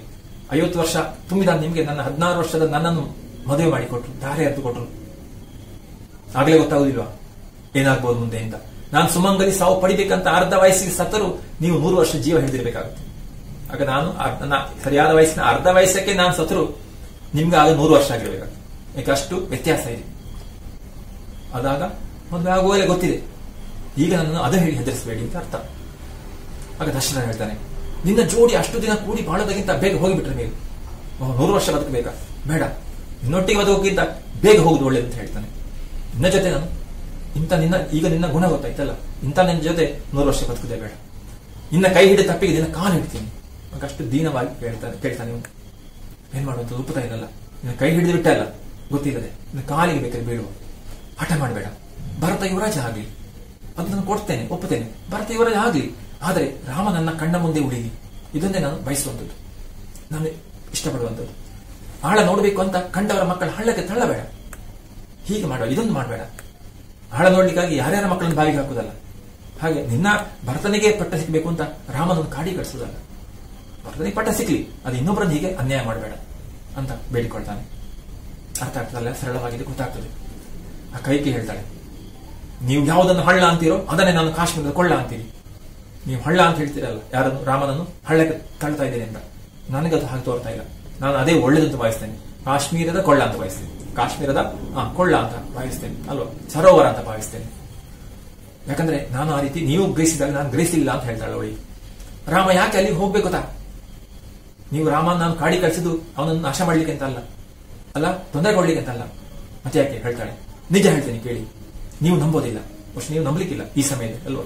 ನಾನು ಭರತನಿಗಾಗಿ ರಾಮನನ್ನು ಕಾಡಿಗೆ ತಾಳ್ತಾ ಇದ್ದೇನೆ, ಅವನು ನಾಶ ಆಗಲಿ ಅಂತ ಗೊತ್ತು. ಆದರೂ ಹೇಳ್ತಾ ಇದ್ದೇನೆ ಏನು, ಭರತನಷ್ಟೇ ನನಗೆ ರಾಮನ ಪ್ರಿಯ, ನನಗೆ ರಾಮನ ಮೇಲೆ ಕೂಡ ಅಷ್ಟೇ ಪ್ರೀತಿ ಇದೆ. ಶೌರ್ಯ ವೀರ್ಯಗಳಲ್ಲಿ ಭರತನಿಗಿಂತ ರಾಮ ಮಿಗಿಲು. ನನಗೆ ಗೊತ್ತಿದೆ, ಭರತನಿಗಿಂತ ಧೀರ ಯಾರು ರಾಮ. ಅದಕ್ಕೆ ರಾಮ ಕಾಡಿಗೆ ಹೋಗ್ಬೇಕು. ಯಾಕೆ? ದಕ್ಷಿಣದಿಂದ ದಸ್ಯುಗಳು ಉತ್ತರಿಸಿಕೊಂಡು ಬರ್ತಾ ಇದ್ದಾರೆ. ದಕ್ಷಿಣ ಭಾಗದಿಂದ ದಸ್ಯುಗಳು ವೈರಿಗಳು ಬರ್ತಾ ಇದ್ದಾರೆ. ತಂಡವಾಗಿ ಬರ್ತಾ ಇದ್ದಾರೆ, ಒಮ್ಮೆಗೆ ಬರ್ತಾ ಇದ್ದಾರೆ. ಅಯೋಧ್ಯೆ ಅವರ ಆಕ್ರಮಣಕ್ಕೆ ಒಳಗಾಗುವ ಕಾಲ ದೂರ ಇಲ್ಲ. ಹಾಗೆ ಬಂದ್ರೆ ಏನಂತೂ ಅಯೋಧ್ಯೆಗೆ ಅವರು ಆಕ್ರಮಿಸಬಹುದು, ಅದು ದೂರ ಇಲ್ಲ, ಇನ್ನು ಹತ್ತಿರದಲ್ಲಿ ಅವರು ಬರಬಹುದು. ನನಗೆ ರಾಮ ಭರತ ಇಬ್ಬರ ಹಿತ ಮುಖ್ಯ, ಹಾಗೆ ನಮಗೆ ಇಬ್ರು ಬೇಕು, ರಾಮ ಬೇಕು, ಭರತ ಬೇಕು. ಹಾಗಿರುವಾಗ ಆ ದಸ್ಯುಗಳನ್ನು ಅಲ್ವಾ, ಆ ವೈರಿಗಳನ್ನು ನಾವು ಓಡಿಸಬೇಡುವ. ಅದಕ್ಕಿಂತ ಮುಖ್ಯ ಅಯೋಧ್ಯೆ ಹಿತ, ಅವರಿಬ್ರು ಬೇಕು. ಜೊತೆಗೆ ಅಯೋಧ್ಯೆ ಕೂಡ, ನಮ್ಮ ದೇಶ ಕೂಡ ಉಳಿಕೊಳ್ಬೇಕು ಅಲ್ವಾ, ವೈರಿಗಳು ಆಕ್ರಮಿಸಬಾರದು. ರಾಮ ರಾಜಪ್ರತಿನಿಧಿಯಾಗಿ ದಕ್ಷಿಣ ದಂಡಯಾತ್ರೆ ಮಾಡ್ತಾನೆ. ಆಗ ರಾಮ ಆ ರಾಜನ ಪ್ರತಿನಿಧಿಯಾಗಿ ದಂಡಯಾತ್ರೆ ಮಾಡಿ ದಕ್ಷಿಣಕ್ಕೆ, ಅಲ್ಲಿ ನೆರೆಯಿರೋ ದೈತ್ಯರನ್ನು ದಮನ ಮಾಡ್ತಾನೆ. ಅಲ್ಲಿ ಬೀಡು ಬಿಟ್ಟಿದ್ದಾರೆ ಯಾರು, ರಾಕ್ಷಸರು, ಈ ದುಷ್ಟರು, ವೈರಿಗಳು. ಹಾಗಿರುವಾಗ ಅವರನ್ನು ನಾಶ ಮಾಡ್ತಾನೆ. ಅವರ ದೂರದಿಂದಲೇ ನಾಶ ಮಾಡಬೇಕು, ಆಗ ನಮಗೆ ರಾಜ್ಯ ಉಳಿಲಿಕ್ಕೆ ಸಾಧ್ಯ. ವಿಶ್ವಾಮಿತ್ರನ ಆಶ್ರದವರೆಗೆ ತಾಟಕಿ ತನ್ನ ಮಕ್ಕಳ ಜೊತೆಗೆ ಬಂದು ಯಾಗ ಕರ್ಮಗಳನ್ನು ಧ್ವಂಸ ಮಾಡುತ್ತಾಳೆ ಅಂದ್ರೆ, ಹಾಗಿರುವಾಗ ತಾಟಕಿ ಎಂಬ ರಾಕ್ಷಸಿ ಅಲ್ಲ, ಗೊತ್ತಿ ತಾಟಕಿ ಹೆಸರು, ಆ ರಾಕ್ಷಸಿಯೇ ಬಂದಿದ್ದಾಳೆ. ವಿಶ್ವಾಮಿತ್ರನ ಆಶ್ರಮದವರೆಗೆ ಬಂದು ಆ ಯಾಗವನ್ನೆಲ್ಲ ನಾಶ ಮಾಡ್ತಾ ಇದ್ದಾಳೆ. ಹಾಗಿರುವಾಗ ಆ ಜನ ಇಲ್ಲಿಗೂ ಬರೋ ಕಾಲ ದೂರ ಇಲ್ಲ. ಆಗ ವಿಶ್ವಾಮಿತ್ರನ ಬಳಿ ಕೂಡ ತಲುಪಿದ್ದಾರೆ, ಬಂದು ಯಾಗವನ್ನು ಹಾಳು ಮಾಡ್ತಾ ಇದ್ದಾರೆ. ಇನ್ನು ಬರ್ಲಿಕ್ಕೆ ತಡ ಇದೆಯಾ? ಇಲ್ಲ. 14 ವರ್ಷ ರಾಮ ದಂಡಕಾರಣ್ಯದಲ್ಲಿ ಸಂಚರಿಸಿ ದಕ್ಷಿಣ ಭಾರತವನ್ನು ನಾಗರಿಕಗೊಳಿಸಿ ಮತ್ತೆ ತಿರುಗಿ ಅಯೋಧ್ಯೆಗೆ ಬಂದು ರಾಜಸೂತ್ರ ಕೈ ಕಟ್ಟಿಕೊಳ್ತಾನೆ. ಆಗ ರಾಮ 14 ವರ್ಷ ಕಾಡಿಗೆ ಹೋಗಿ ಇಂಥ ಎಲ್ಲಾ ವೈರಿಗಳನ್ನು, ರಾಕ್ಷಸರನ್ನು ನಾಶ ಮಾಡಿ ಬರಲಿ. ಆಮೇಲೆ ಪುನಃ ಅಯೋಧ್ಯೆಗೆ ಬಂದು ಅರಸನಾಗಲಿ, ರಾಜಸೂತ್ರವನ್ನು ಕೈಗೆತ್ತಿಕೊಳ್ತಾನೆ. ಅವನು ರಾಜ್ಯಭಾರ ಮಾಡಲಿ. ಅದಕ್ಕಾಗಿ ನಾನು ಹೇಳಿದ್ದು ಅಲ್ಲ, ಅವರಿಬ್ಬರು ಕೂಡ ನಮಗೆ ಅಗತ್ಯ, ಜೊತೆಗೆ ರಾಜ್ಯ ಕೂಡ ಬೇಕು. ಹೀಗೆ ವಿಷಯವನ್ನು ಆ ರೀತಿಯಾಗಿ ಹೇಳ್ತಾಳೆ ಯಾರು, ಕೈಕೇಯಿ. ಆ ಬುದ್ಧಿವಂತಿಕೆ ತೋರಿಸ್ತಾಳೆ. ನಾನು ಹೇಳುವಂಥದ್ದು ತಪ್ಪಲ್ಲ, ಅನ್ಯಾಯ ಅಲ್ಲ ಅಂತ. ಅವಳ ಮಾತಿಗೆ ದಶರಥ ಹೇಳ್ತಾ ಇದ್ದಾನೆ, ಏನ್ ಮಾತಾಡ್ತಾ ಇದ್ದಿ? ಅಮಂಗಲಂತ ಬಾಯಿಯಲ್ಲಿ, ನಿನ್ನ ಬಾಯಿಲಿ ಅಂತ ಅಮಂಗಳದ ಮಾತು ಬರ್ತಾ ಇದೆ ಅಲ್ವಾ? ಇದೆಲ್ಲ ಗೊತ್ತೇ ಇಲ್ಲ, ನೀನೇ ಇದು ಉಂಟು ಮಾಡಿ ಹೇಳ್ತಾ ಇದ್ದಿ ಅಲ್ವಾ? ಅಮಂಗಳ ಹಣ್ಣಿನ ರುಚಿ ನೋಡ್ತೀನಿ ಅಂತ ಅದರ ಹೊಟ್ಟೆ ಬಗೆಯ ಚೂರಿ, ನೀನು ಹಣ್ಣಿನ ರುಚಿಯನ್ನು ನೋಡ್ಲಿಕ್ಕಾಗಿ ಚೂರಿಯನ್ನು ಹಾಕಿದಾಗ ಅಲ್ವಾ, ಚೂರಿ ಅದನ್ನು ಅದರ ಹೊಟ್ಟೆ ಬಗೆಯುವಾಗ. ಹಾಗೆ ನೀನು ಒಂದು ಒಳ್ಳೆಯ ವಿಷಯ ಹೇಳ್ತಾ ಇದ್ದಿ ಅಲ್ಲ, ಅದಕ್ಕಾಗಿ ಈ ಕೆಟ್ಟ ವಿಷಯವನ್ನು ಮಾಡ್ತಾ ಇದ್ದಿ. ಹೇಳುದು ರಾಜ್ಯಕ್ಕಾಗಿ, ಆದ್ರೆ ಮಾಡ್ತಾ ಇರುವ ಕೆಲಸ ಹೊಟ್ಟೆಗೆ ಚೂರಿ ಹಾಕಿದಾಗ ಅಷ್ಟು ಅನ್ಯಾಯ. ಹಾಗೆ ಹೇಳಿ ಕುಸಿದು ಕೂತ, ಅಷ್ಟು ಹೇಳಿ ಅಲ್ಲೇ ಕುಸಿದು ಬೀಳ್ತಾನೆ. ಅದೇನಾಗ್ತದೆ, ಕಣ್ಣಿಲ್ಲದ ಮುದುಕ ಕಣ್ಣೀರು ಕರಿತಾ ಇದ್ದೀನಿ. ಕುಸಿದು ಹೇಳ್ತಾ ಇದ್ದಾನೆ, ಕಣ್ಣಿಲ್ಲ ನನಗೆ ಅಲ್ವಾ, ಕಣ್ಣಿಲ್ಲದ ಮುದುಕ ಕಣ್ಣೀರು ಕರಿತಾ ಇದ್ದೀನಿ. ಈಗ ಕಾಣ್ತಾನೆ ಇಲ್ಲ. ರಾಮನನ್ನು ನನ್ನಿಂದ ದೂರ ಮಾಡಬೇಡಿ, ಮಾಡಬೇಡ ಕೈ. ಆಗ ಕಾಣ್ತಾ ಇಲ್ಲ, ಆಗಿರೋ ರಾಮನನ್ನಿಂದ ದೂರ ಮಾಡಬೇಡ ಅಂತ ಬೇಡಿಕೊಳ್ತಾನೆ. ಅಲ್ಲಿ ಕುಸಿದು ಕೂತು ಮುಂದೇನಾಗ್ತದೆ ಅದು ಹಾಡಿನ ಮೂಲಕ ಗೊತ್ತಾಗ್ತದೆ. ಹಾಡು ಬರ್ತದೆ, ಕೆಸರಾಗೆ ಬಿದ್ದೈತೆ ಮಂಡಿ ಊರೆದ್ದೈತೆ, ತಿರುತಿರುಗ ಬಿದ್ದೈತೆ ಪಟ್ಟಾದಾನಿ, ತಾವರೆ ಬಳ್ಳಿ ಮೈಪೂರ ಸುತ್ತೈತೆ, ಹಿಡ್ತಾ ಸೆಡವಾಗಿರಲಿ ನನ್ನ ರಾಣಿ. ಅದು ಹೇಳ್ತಾ ಇದ್ದಾನಲ್ಲ, ಈಗ ಬಿದ್ದಿದೆ. ಈಗ ಇವಳು ಏನು ಉದ್ದೇಶಿಸಿದ್ದು ಮಂತಾರೆ ಮತ್ತೆ ಕೈಗೆ ಹಾಗೆ ಆಗ್ತಾ ಇದೆ. ಕೆಸರಾಗೆ ಬಿದ್ದೈತೆ, ಕೆಸರಲ್ಲಿ ಬಿದ್ದಿದೆ. ಮಂಡಿ ಊರೆದ್ದೈತೆ, ಮಂಡಿ ಮುರಿದು ಬಿದ್ದಿದೆ. ತಿರುತಿರುಗ ಬಿದ್ದೈತೆ ಪಟ್ಟದಾನೆ, ಪಟ್ಟದಾನೆ ಈಗ ಬಿದ್ದ ಹಾಗಿದೆ. ತಾವರೆ ಬಳ್ಳಿ ಮೈಪೂರ ಸುತ್ತೈತೆ, ತಾವರೆಯ ಬಳ್ಳಿ ಮೈಯೆಲ್ಲ ಸುತ್ತಿದ ಹಾಗೆ ಏನ್ ಮಾಡಬೇಕು, ಹಿಡಿತ ಸೆಡವಾಗಿರಲಿ ನನ್ನ ರಾಣಿ, ನಿನ್ನ ಹಿಡಿತ ಗಟ್ಟಿಯಾಗಲಿ ಅಂತ ಹೇಳ್ತಾಳೆ. ಯಾರು ಮಂತರ ಹೇಳುವಾಗ ಯಾರಿಗೆ, ಕೈಕೇಯಿಗೆ. ಇವನ ಈ ರೀತಿ ಇವನ ಸ್ಥಿತಿ ಹೀಗಿದೆ, ಇದನ್ನು ನೋಡಿನು ನಿನ್ನ ಹಿಡಿತ ಸಡಿಲ್ ಮಾಡಬೇಡ, ಮಾಡಿದ್ರೆ ಎಲ್ಲ ಬಿಟ್ಟು ಹೋಗ್ತದಲ್ವಾ, ಆ ಅವಕಾಶ ಇಲ್ಲ. ಕಳ್ಳು ಚೂರಂದಾವು ಎದೆ ನೀರು ಬೆಂದಾವು, ಕೆಸರೊಳಗೆ ಸಿಕ್ಕೈತೆ ಪಟ್ಟದಾನಿ. ಕರಳು ಚೂರು ಅಂತ ಅನಿಸಿದೆ ಅಲ್ಲ, ನೋವಾಗಿದೆ. ಎದೆ ನೀರು ಬೆಂದಾವು, ಅಷ್ಟು ನೋವ ಅವನಿಗೆ ಆಗಿದೆ. ಕೆಸರೊಳಗೆ ಸಿಕ್ಕೈತೆ ಪಟ್ಟದಾನೆ ಕೆಸರಲ್ಲಿ ಸಿಕ್ಕಿಕೊಂಡ ಹಾಗೆ. ಕಳ್ಳು ಕರಗದ ಇರಲಿ ಕಣ್ಣೀರ ಬರದಿರಲಿ, ಕಲ್ಲಾಗೆ ನನ್ನ ರಾಣಿ. ಹಾಗೆ ಪಟ್ಟದ ಆನೆ ಕೆಸರಲ್ಲಿ ಬಿದ್ದ ಹಾಗೆ, ಬಳ್ಳಿಯೆಲ್ಲ ಸುತ್ತಿದ ಹಾಗೆ. ಅಂದ್ರೆ ಇಲ್ಲಿ ದಶರಥನಿಗೆ ಆ ಸ್ಥಿತಿ ಉಂಟಲ್ಲ, ಬಿದ್ದಿದ್ದಾನೆ ಈ ಮಾತನ್ನು ಕೇಳಿ ಅಥವಾ ಆ ಕಷ್ಟದಲ್ಲಿದ್ದಾನೀಗ. ಹಾಗೆ ಅವನನ್ನು ನೋಡಿ ನೀನು ಮನಸ್ಸು ಕರಗಬೇಡ. ಕಳ್ಳು ಕರಗದ ಇರಲಿ ಕಣ್ಣೀರ ಬರದಿರಲಿ, ನಿನ್ನ ಕರಳು ಕರಗುದು ಬೇಡ.